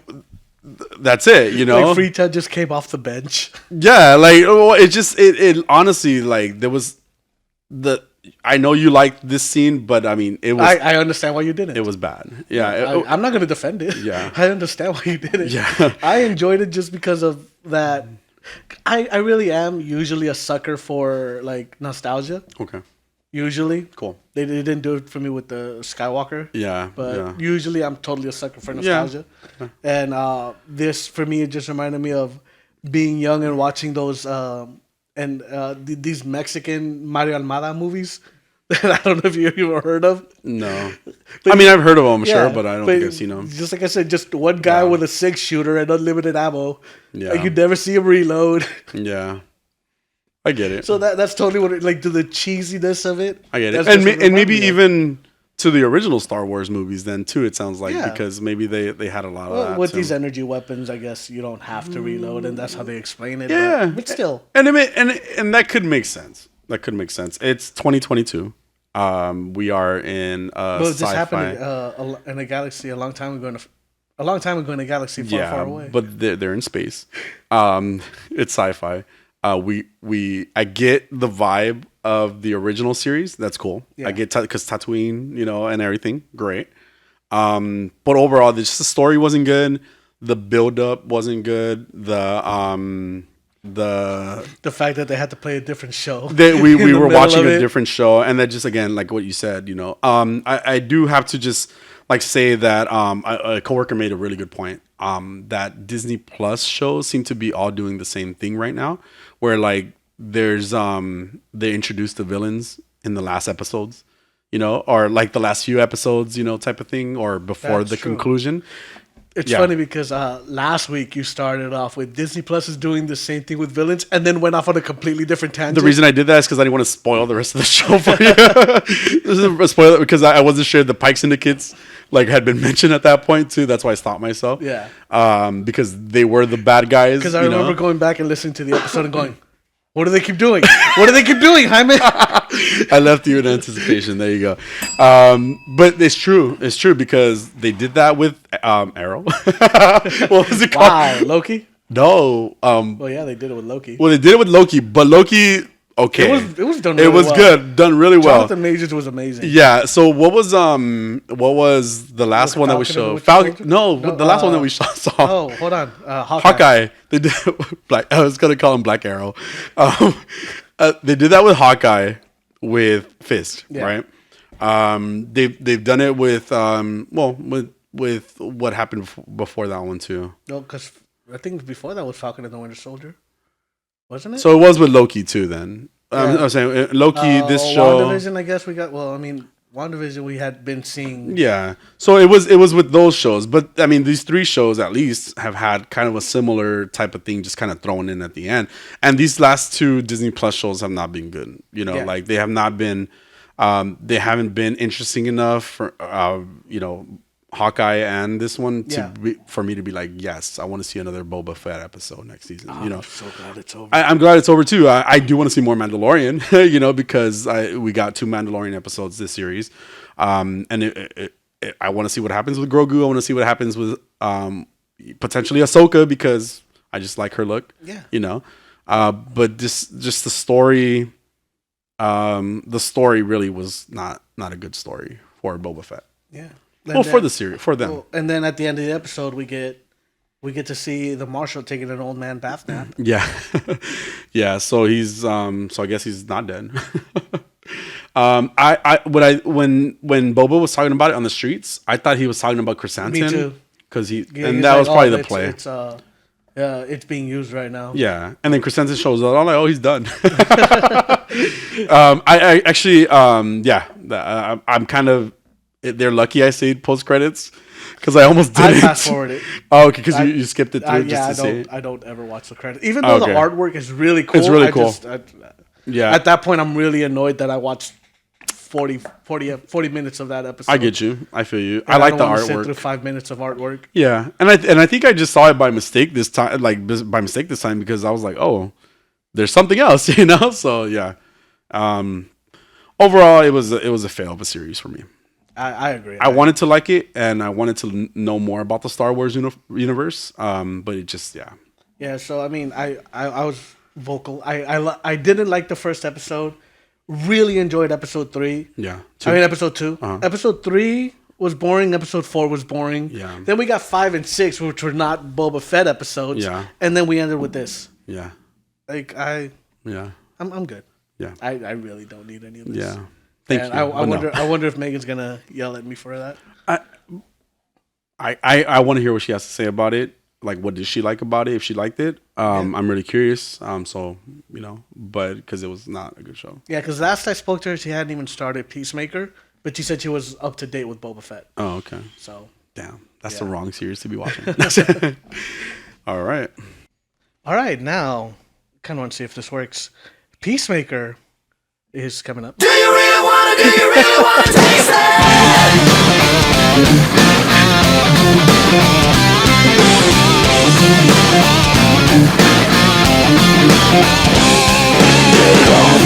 Make a move. I should stop that because I'm gonna want to listen to the whole thing. It's so good. We were talking about this before the show. That intro is just, we've said this every time too, but that intro is perfect. I can't skip it. Me neither. I still have not skipped it, not once. I haven't either. I think I've even rewinded it once. Still watching it. And we had to watch 6 episodes. Well, 3 episodes and 3 episodes. Yeah, like there was no way I was gonna skip that intro. No, I even know the song. It's such a great song. It is the dancing, that whole musical number. Like everybody has that stoic look on their face. It's fantastic and so much fun to watch. I love it every single time. Yeah, it's really great. It's great. There's no don't skip it at all ever. Yeah. So Stop Dragging My Heart Around. Yes, was the name of this episode. Yes, it was written by James Gunn. Yes, it was. James Gunn has done such a great job with this. Amazing. It's such an amazing show. Thankfully, again, I like to save these episodes post Boba Fett. So coming off of Boba Fett and going into something just really great. It's been great. Yeah. So this episode we start with the Fight Club. The yes, Fight Club. Yes, crazy. And we get to see what happened to his brother. Yes. Yeah, because we had questions about that. Like we weren't really sure what the flashbacks were going to be, and they did flashbacks, right? Yeah. There were hints of it kind of throughout the show, but this one, we get that brother. Yeah, you didn't flash back to 3 months before what the fuck just happened. Fuck you, Boba Fett. Sorry, it's okay. All right, but yeah, the Fight Club for kids. Yes. But yeah, we see no holds barred, and they have Christopher go up against Keith. Mm-hmm. So at some point he just hits him, and Keith, his brother, just seizes. Yes, he goes into a seizure. Yep. And he gets blamed for it. Ultimately, the brother goes into the seizure and dies. Yeah. Yeah. And his dad just automatically, you fucking killed him, like blaming the kid. Yeah. Who was put into a fight club by his dad. Yeah. Yeah, you killed your brother. Yes. That's what he yells at him. Yeah. I do have to say the transition, and we do at a certain point after the flashback, we see John Cena's like looking into a mirror, kind of reflecting on that situation. Yeah. And obviously the pain in his face and the way he's kind of torn up about it. Again, John Cena playing it really well. Yeah. Like, no issues with it at all. And we, the only thing that, and Adolfo did point this out as well, is that the transition from like that scene, that really tragic scene to the intro was just like, oh, I don't know if it was the right time. I don't know how to feel, like it was a really emotional scene, and then you're like, you're just dancing along. Yeah. So it was kind of an awkward transition in that manner, but I mean, the intro, I couldn't skip the intro. Yeah, I agree. Yeah. Yeah. All right, so you want to talk about what went on in this episode? Yeah, I mean, so we find out that these judo masters just with them, but then not with them at this point. Well, judo master's gone because they go in and I just hear, "What the fuck is judo master?" Yeah, I mean, and they're like, Oh, is he supposed to be here? Well, and so that's where I was confused because I'm like, I didn't know they still had him. I thought they. No, because remember after he was shot, Yeah, they just tied him back up. I thought they put him in jail or something. Like I didn't know they kept. I guess everything is just happening so fast too. Like in the series, I just they were like Judo Master, where's Judo Master? You know, type of thing. We find out that the White Dragons have been, or the White Dragon, the dad, but then his group, the White people, have been following them around because of the helmet. Yeah. And yeah, like there was no way that Chris or Peacemaker knew that at any point. So he's just like he's trying to stay away from them, but they're following him. Yeah, they're trying to seek him out. Well, they also explained why they chose Peacemaker for this project. Okay. Just because how unhinged he was. Mm-hmm. So they were like, oh, they could just blame everything on him. Once all these people were dead. Yeah. Because they do that when. That's why the journal was planted. Yeah. So. But that's also like when she starts confessing, right? Like Leota starts confessing. Yeah. Because Hardcore did figure it out that it was Leota like right away. Yeah. She's crazy. Like she just be figuring shit out. She knew he was a butterfly. She figured out it was Leota. Yeah. Yeah, and Chikwudi Iwuji already knew that Leota was Waller's daughter. Yeah. And like apparently a simple background check would have done it. Yeah. Like they didn't even try to hide it. Yeah. It was really well. Yeah. He was like, yeah, it makes sense. She was gonna be on our team. We're supposed to look into her. But he didn't care. About it, except for like she was kind of messing up the certain plans and stuff like that too. Yeah. So Judo Master really likes his hot Cheetos. Yes, he does. He's so tiny. He's so tiny. He wasn't even as tall as that thing that was holding the gas tank, the propane tanks, right? No, he's just he kicking looks like ass. A child. And he's just kicking ass. He is legit super small. Well, it makes sense even in the intro but then again, I keep thinking John Cena is really like a tiny man. Yeah. But the way that like John Cena lifts him in the intro and puts him on his shoulder, it's so it makes sense now. Yeah. So you have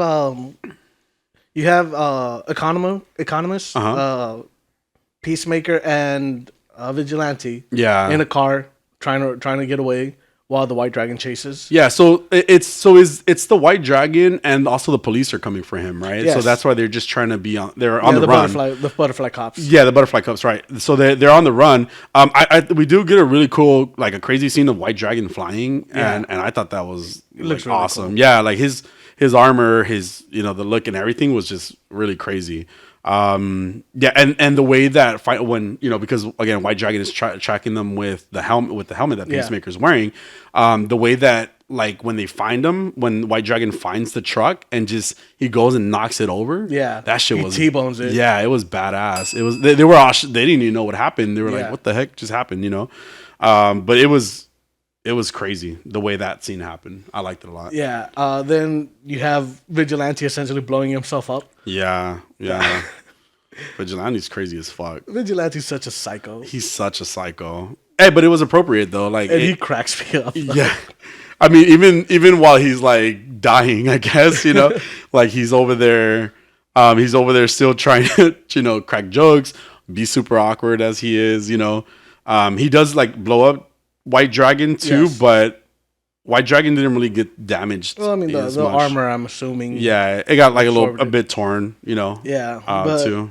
So here they kind of split up. We have Vigilante just basically hides off in the woods while Peacemaker and Economist take off into the forest. Right. And this is when he realizes that they're being tracked with his helmet. Yes. Right, so exactly. It led to this fucking line, which I love. The fucking raccoons are hardcore, man. Because he catches a raccoon and ties the helmet to him. We didn't get to see any of that. We don't get to see any of that. But you can only imagine. But what we see is just John Cena just scratched up all to hell. Yeah. His face was just like all messed up and he just looks all like... He looks all traumatized from the situation. We are getting also though like a split scene too of Hardcore, Leota, and Chikwudi Mern. The butterfly cops show up to go find Peacemaker where they thought he was, and then it just turns out that he's not there. So Mern shows up and like there's a big old exchange and argument, and like Mern ends up getting killed. Yeah. And the butterfly comes out of Mern and gets smashed. You know, they totally killed Chakotay Iwuji. Yeah, which was to me was like, dang, that's a major character to take him out. But I guess they're trying to end the butterfly saga. Yeah. Yeah, I have Hardcore as a badass. Yes, she's crazy. Wait, hold on. So, yep. She's crazy. Yeah, that's all I have. I don't even Oh, you don't even know why? Probably because Judo Master shows up there? Oh. Yes. yeah. She beat up Judo Yeah. Master, and Judo Master had already previously taken out Vigilante and Peacemaker in like 2-on-1. That scene was pretty intense too. The butterflies do take off, by the way, after they kill Mern. Yeah. And Hardcore Leota go back in to see Mern die because Butterfly Mern and then Mern. And then as they're there, Judo Master shows up and they just start going crazy on each other. First, I guess Judo Master knocks out Leota, so she's on the floor knocked out, and then Hardcore and Judo Master just go at it, like destroying each other. And it was a crazy fight. It was like there was a lot of wall smashing. There was a lot of like being slammed against the floor. Not like that, Jose. They were fighting. She was standing her ground pretty well. Yeah. Unfortunately, at one point he gets the upper hand and like kind of like he has her on the floor, but that's when Leota apparently wakes up and tasers him. Yeah. With a taser. Yeah, that's usually how but yeah, it was a pretty intense scene. we have this scene where Vigilante has to pee. Mm-hmm. And like they see him, he just has his pants down all the way down. He's like, I can't pee with closer touching my butt.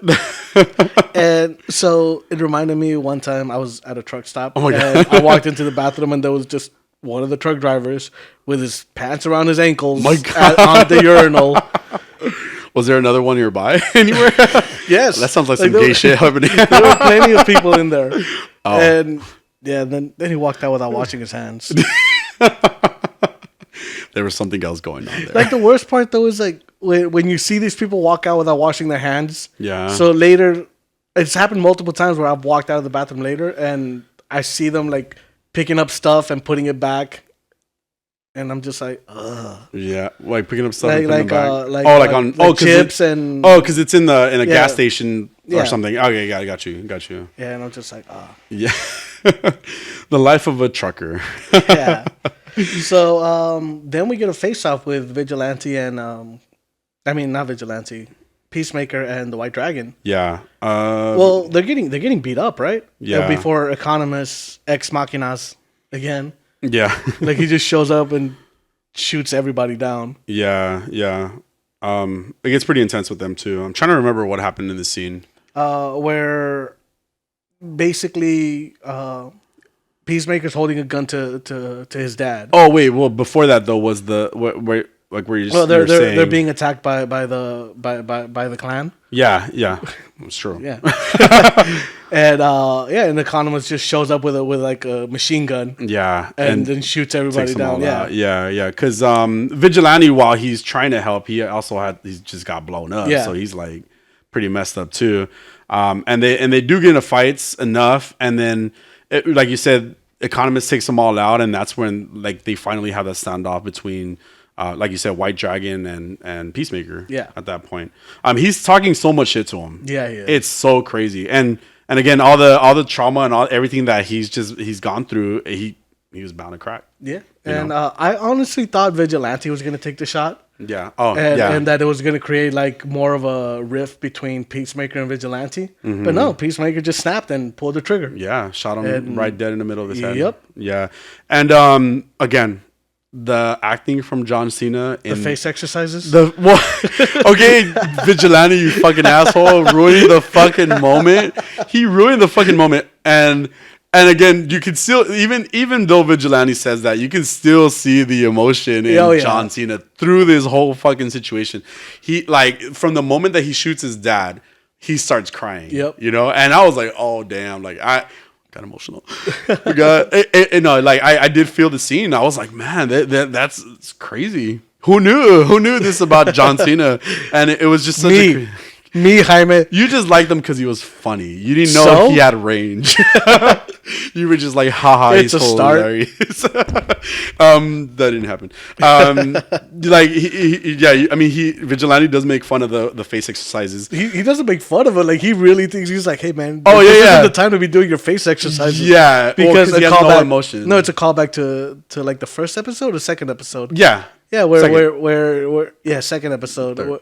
Where he finds him in his... He's like, are you crying? Yeah. No, I'm just doing face exercises. But it also just shows that Vigilante is a psychopath. Yeah, like he has no emotion, so he doesn't know why John Cena's doing it. So crazy. He's crying, you dumbass. Yeah. I mean, but again, Vigilante doesn't feel that, right? He doesn't understand it. And it was intense. That whole screaming scene, like the dad screaming at John Cena, and then Peacemaker, and then Peacemaker, just like building up to that moment where I didn't think he was gonna pull the trigger either. I did not think he was gonna pull the trigger, and then boom, like that's it. Yeah. He was dead. That was the end of White Dragon, which was a cool villain. Yeah, it was a great villain from the beginning, and it played through the rest of like up until the 7th episode. Mm-hmm. Like it wasn't clearly he's not the only villain because we still had the butterflies to take care of.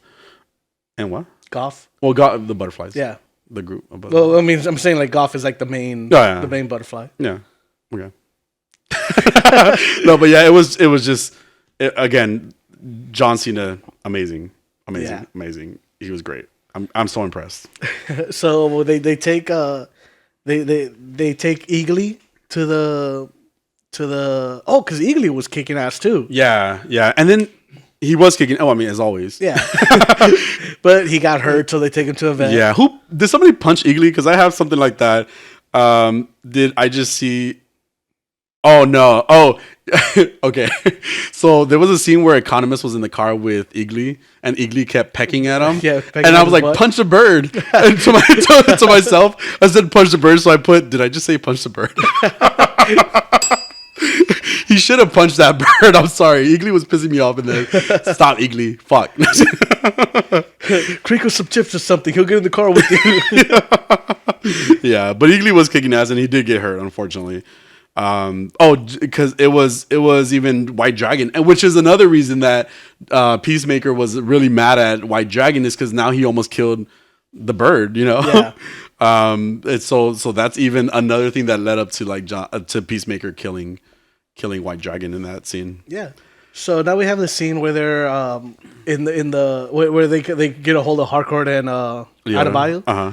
And they show up. Since I can't say Chakudi Wuji anymore, Adebayo's gonna have to do. Okay. So Adebayo and Harcourt show up, and Vigilante is just holding up the staff. The doctor, the nurse, and the male nurse. Yeah. You could just say nurses. He's like, no, because everybody's gonna assume it's a female. Yeah. Yeah. Which he's right. Shut up, all day. I'm totally Leota. What? Yeah, and obviously Vigilante's just trying to murder these people as well. Yes. But then when he's like, do we have to kill him? No, just tie him up or something. Yeah. He's like, don't use duct tape, it'll hurt their skin when they take it off. Yeah, he's like, well, that's what you're empathetic about, or something like that. But what was it that why did they call him they were like, you're a fucking busboy at one point? Why did they say that to him? Do you remember? Because I'm calling him the male nurse situation. Yeah. He's like, wow, why can't you get another kind of job or something like that? Yeah. He was like, and then was it Economist that was like, you're a fucking busboy. Stop! Why are you telling him my job? Yeah. Anyway, it was. And we also Leota gets to see where John Cena gets hugged by the bird. Yeah, and again, like John Cena having that exchange with Eagly. Yeah, like he's acting with a CGI bird. Yeah, and he's like really, he's going for it. That's too. Amazing. Like this dude is just all in. Yeah. I never thought I'd be so impressed by John Cena. An award winner there. But Hardcore takes the reins of the team. Yes. She becomes the new leader of the team. Hardcore leader. Yeah. That's what But I really laughed at the part where Vigilante, where he's like, "Oh, we could be like Butch Cassidy and Sundance Kid." Yeah. It's like they die at the end of that movie. Yeah. No, it cuts out, man. Maybe they jumped over the bullets. Yeah, and it was really funny when they were just kind of saying that they were all in too. Like he went. I guess Hardcore was kind of like looking at all of the different group, right? Like Peacemaker, Leota, Vigilante, Economist, and then they get to the nurses. They're like, "Yeah, let's do this." They're like the three nurses that were just being held, just cocks a shotgun. Yeah, she's ready. Well, all three of them were like ready to just join the group. Like out of nowhere, they're like, "No, not you guys." The nurses are so pumped after the speech. Yeah. It was crazy. And of course, there's no wrong time to rock. It comes back up, yes, because they were rocking earlier too. Before they got T-boned. Yeah. Hardcore becomes a leader, and then we do just jump into a whole different scene where they take off to go find him before they take off, because apparently they have a teleport. Yes. And they're gonna teleport the cow. And by they, I mean the butterflies. The butterflies have a teleport to get the cow out of where the cow currently is, and so you can see them setting up and getting it ready to transport it to, and then we do get this giant. It doesn't look like a cow. It just looks like a giant worm creature. Yeah. Thing. But it's being milked. For its goop. But that's kind of how it ends, right? Like we don't really get anything else. We get a look at the cow. We get a look at the cow. So that was so I mean it's gonna be a finale next year. Yeah, we have the finale next week. Next week. I was gonna say next year and I don't know why. I'm excited to see how it ends. I like the way the story arc ended with White Dragon. Yeah. It was very fitting. Yeah, exactly. You know, it was there was a lot of emotion behind it. The buildup was great. The reason why it happened in the end was great. So the butterflies are just kind of the more sci-fi aspect of it, and you know what they've been working on as a team, not just as Peacemaker, but as a team. Yeah. You know, so we're gonna get like that grand finale. So I mean, I'm just stoked to see what's gonna happen. Yeah, me too. What's gonna happen? I'm sad for Sophie. Sad for Sophie and homeboy. Don't remember his name, but yeah, we can see how sad you are for him. Well, Sophie, I was more sad for Sophie than I am for homeboy. Yeah, she was a good character too. Yeah. I liked it. Yeah, so we'll see how they end. I mean, the only reason we saw like Mern actually died because he got shot. You know, so we don't know if the butterflies are just gonna come out or be taken out. Maybe they're just dead people already. We don't know. We like still zombies. Don't exactly know. Yeah. So I guess we'll find out next week. But I'm just so impressed with the show, and I can't wait to see the ending. And I want to see maybe more someday of what happens. Yeah. Good episode. Really good episode. Bitch. Really good episode though. Yeah, I'm very excited to see the ending. John Cena's been amazing. The whole cast has been amazing in this. Yeah, it's true. It's very true. I really can't. Like, John Cena is a scene stealer. Yeah. But, like, I got to say, Vigilante just does it for me. He cracks me up. I can see it. I can see why people like them. Yeah, he's just such a weirdo. Yeah. And, I mean, yeah, he's playing the character right. Yeah. You know? But, like you said, all of them have played the characters, like, pretty great. So it's just... It's so refreshing to see something so good, so unexpectedly, you know? And yeah, finale. We should probably get into Doom Patrol to kind of finish off that first season. Oh, not today, I mean. But yeah, because I haven't seen it. Okay. Yeah, I haven't seen the last 3 episodes. But the reason I say that is because next week we're just gonna talk about the finale of Peacemaker. And Boba. Oh yeah, there's no more. Boba Fett's done. Thankfully. We don't need to go down that road again. If something else comes up along the week, maybe. Uncharted. Yeah, Uncharted. Well, I don't know if are you gonna watch it? I'll watch it. I was gonna watch it anyway. Well, I mean, the thing is, like, I think it comes out on Thursday, and that's when we're gonna record, right? Oh, okay. So when are you watching it? I'm watching it on Thursday. Oh, okay. But I don't work. Oh. It comes out Thursday. Yeah. Well, it comes out Friday, but they just already. Well, yeah. Oh, okay. There are tickets available for Thursday. Okay, so then we'll do Uncharted next episode. Yeah, that's cool. So we might do Doom Patrol, or are we gonna get into Doom Patrol? I think Doom Patrol works. Okay, I've been wanting to see the ending. Cool. So Doom Patrol, the ending of Peacemaker, the ending of Peacemaker for sure, and then news and maybe a Pokemon thing. Yeah. Don't hold your breath, folks. No, maybe. That's why I said maybe. But yeah, I mean, I'm just really excited about the finale. So yeah, me too. See. If anything else comes up along the week, I'll remind you and I'll remind myself. But we'll see what we have next week. All right. I mean, if there's anything you guys want us to check out, please let us know. Yes. So we can tell you no. I'm kidding. We'll consider it, you know. But yeah, I do want to add something. I want to remind people. Oh, crap. I want to remind people about. I'm sorry, I didn't know it was yours. Do you want to die? No, but I want to remind people about like the timestamps on YouTube. They're really helpful in case you don't want to. I know I'm adding this towards the end, so in the future it might help you. But the timestamps are really helpful if you just want to check out a section of what we're talking about. Because not everybody's watching. That's true. Not everybody's watching Peacemaker. Not everybody's watching Boba Fett or watched Boba Fett. So we do have those kind of timestamps. I might add this earlier on in the next episode, just so people are ready for it. But yeah, that really helps. Also, make sure to engage with us like on Instagram when we make our posts. Right. Yes. YouTube. Likes, comments. Instagram. Subscribes. Subscribes. All that stuff. I mean, smash that like button. Stop. I'm just saying, you want to interact in our comments, like help us out. So, yeah, definitely. It definitely helps the algorithm and it helps us get out there. Yeah, we got some decent views on our last episode. And by the way, thank you to Adolfo for you're amazing. Yes. Yeah, like the clip art, the hashtags, the everything that he's been doing for us, the sound, the video, everything. I know, this is great. Like, we just talk. We just talk. Adolfo is the true artist. He does all the work. He does all the work, and we appreciate you for that, Adolfo. Very much so. Yeah, but yeah, that's all I wanted to add. All right, all that.